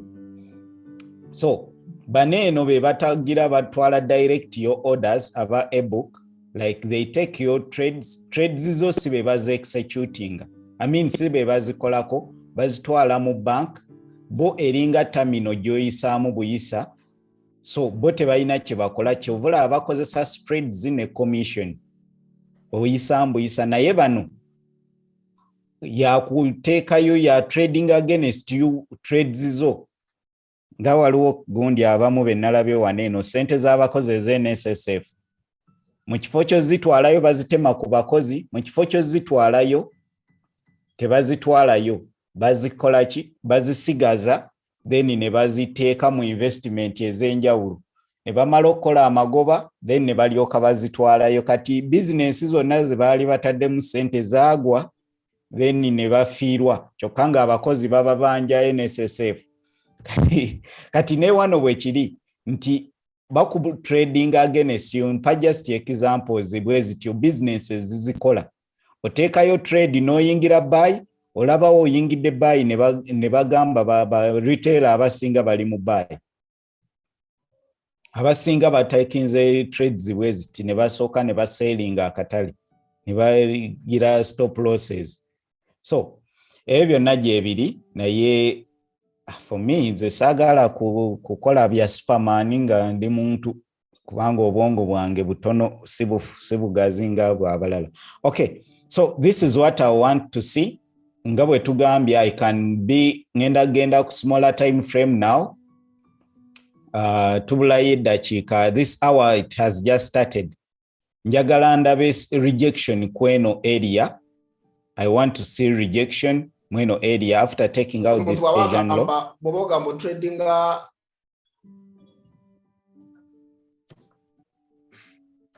yes, I do you get. Nabika ye mutinze. Bamukutte emimwa kabadde byayo. So I want to see a rejection maybe ku smaller time frame here.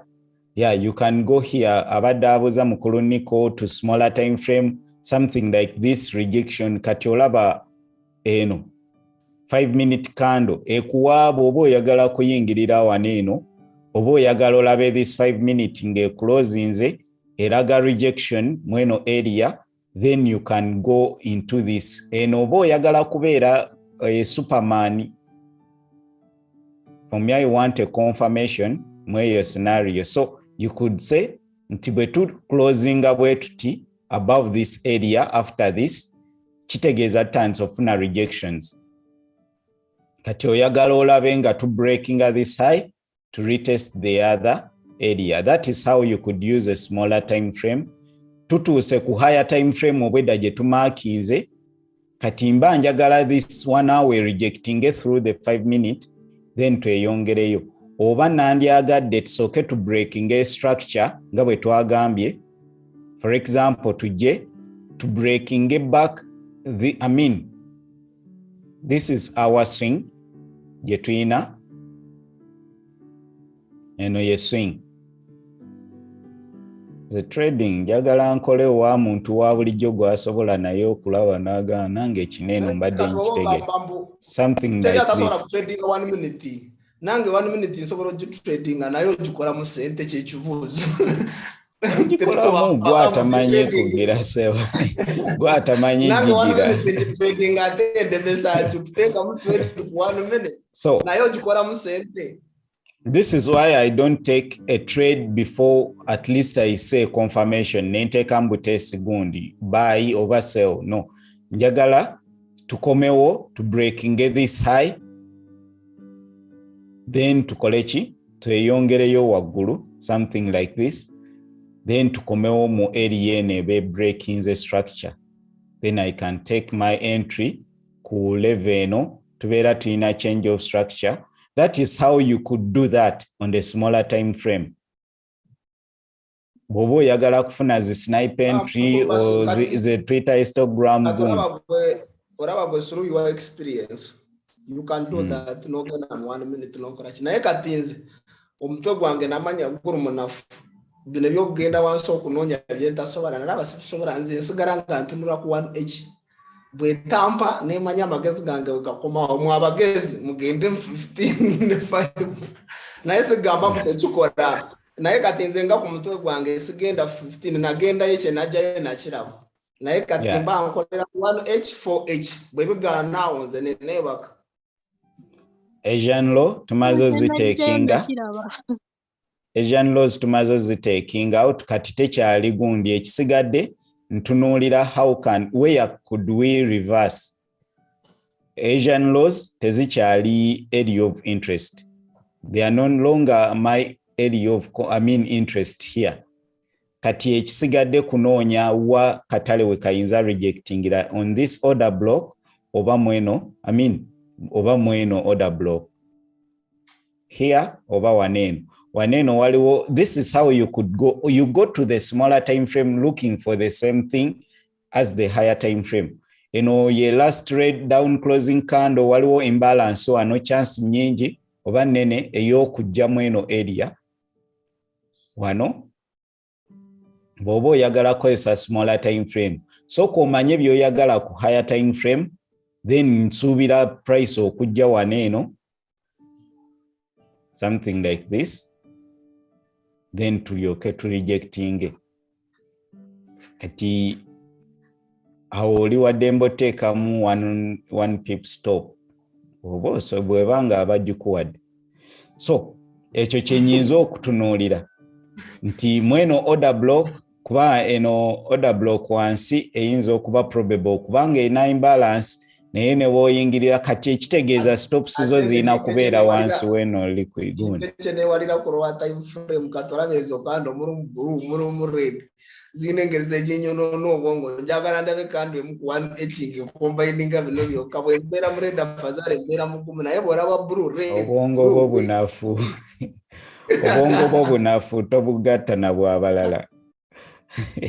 So for me I don't use stops like buy stop, sell smanya buy limit order. No, njagala ndabe nga something has happened already. Naye abo oba okozesa stops, this is 1 to 18 already trade yemu eba emaze okuwa challenge mbutuufu bw'otafuna sente nga bagambye leeta 1000 ofune challenge ey'emitwalo 2 nga lwaki sijigira already empa 1 to 18. These are just only 100 pips ate ng'esobola ozikola. Kati lwaki mba sikwata zineeno 1 to 20 nefuna capital wange nengaggawala. Just these are 7 pips. Just chengezaako gamba ne bw'oba tokoze challenge osobola okukola ezizo oteekako $10 eno ebeera emaze ziddabulinga trade emu oba omaze oddabulinga oli mu $2 n'oddamu n'okola endala ate noyo o riskinga 10 pips n'ofuna gundi. Just guys katukome waneeno naye like the stream just ekyo tetulina kyetudisinga tetugira naye twagala tubeere real tubeere oba ngambe ki tugezeeko kola ekintu nga kiri realistic nga you can do it over and over and over and over and over again nga tewaliiwo okugamba nti leero nafunye bankubye luno gye bakoma okukuba gye wakoma okubeera gundi. Simanyi oba ono rejection ogenda giyingira mu New York session oba kisinziira bw'eneeba egize. Nandyagadde tusooke tu breaking ekaneeno ka high agenda kubeera ku 15 minutes. Nandyagadde tusooke tu breaking waneeno then tukomewo wansi like if I'm to enter this kati kitegeeza kineeno kirina kukola mu ssaawa 6 nandyagadde tukomewoko because we have liquidity maybe anyway aweekoma ekomewo wano wansi then we get a pullback here change in market structure to continue up kyenandyagadde.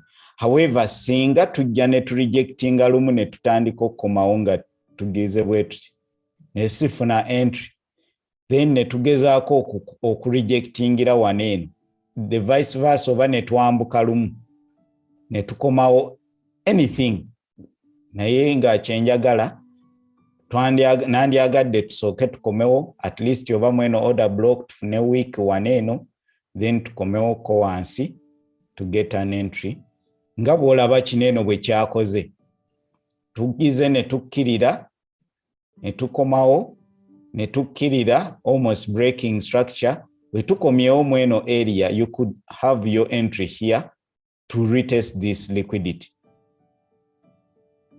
Kati n'ekimu kye njagala okulaba tukoze high which is this high tukomewo wansi tulage nti breaking at the low, then after that tukole ki tulage nti tufune entry mu eyo area, something like that kye nandyagadde, si just kugabugambi ndi mu area bweti ndi mu area bweti, no.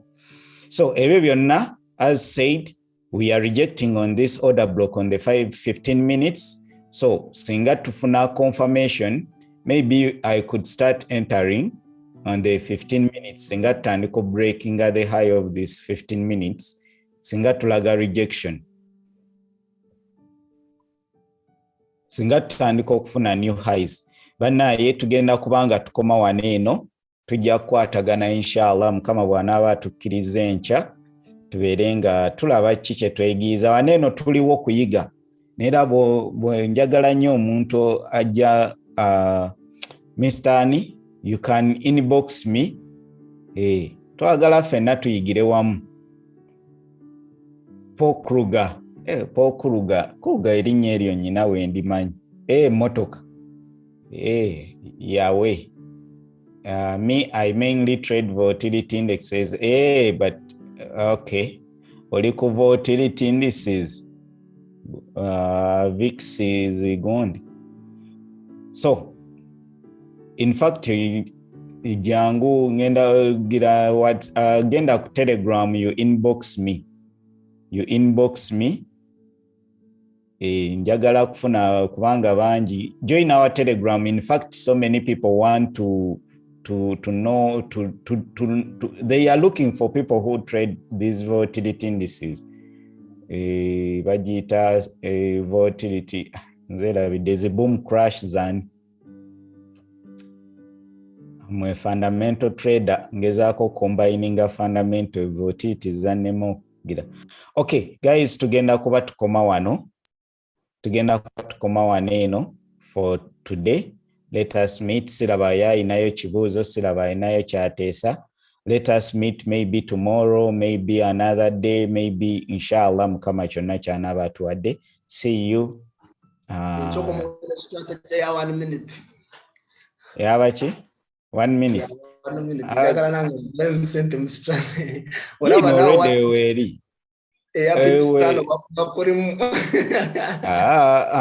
Weri 1 minute. Chichino chenjagala. If I want to see, we are rejecting on 1 minute. Njagala kulaba chi break of this swing. Before we break this swing, sigenda kuyingira. Kati njagala tu ene break inze low. Chitegeza eno setup efudde. Kati eno ye next low yange. Anti sina yingira. Njagala kusooka kufuna confirmation. We are making lower lows. That's why for me I don't enter on the Edda sebo. Gwa tamanyi chicha kulaba. Boba tomanyi tetagana okukimanya kibera 1 minute. No, kati yiyo. Bukibunkenke kubanga tomanyi kyoyagala. Tomanyi kyo tojimanyi. Kati this is a rejection. We are still in the rejection area. This is the order block of the 5 minute, 15 minute order block. But what do smart 1 minute? Kati yiyo olaba. Order block. Ino ndi ku order block ya 1 minute weri. Then we have rejected cheninze kolachi. Kufuna confirmation. Ze cheninze if the more we break the low, kasitatu banga tetuna closing below here. Chitegeza nchali mu trade. Like my setup is still working. Kati this is my law. Mpozi babajjawo time frame endala angendayo 1 minute naye bwabeerawo 1h lwaki sikunganya information ebeera musaawemu gwatamanyi confirmation ogifunira mu seconds mmeka confirmation seconds nera ninze 1 minute confirmation. For example, banji nze bendabye aba trading 1 minute. Banji bendabye. For example, here you could get an entry, order block, you entered. Here you could get an entry, order block, neojingira. You could enter here. Buli wamu osobola oyingira bw'obanga omanyi ky'oyagala. Gw'atamanyi ky'oyagala tomanyi kiki ky'onoonya. Guys, tukome wano eno towakana ku ky'otamanyi. Nze ngamba buli kimu kikola bw'oba omanyi okikozesa. Kyova olaba aba indicators mbakkiriza nti bakola, aba harmonic patterns, aba simanya Bollinger Bands, buli kimu kikola bw'oba omanyi okikozesa. Bw'oba tomanyi kikozesa enkumbi ejja kutema ebigere.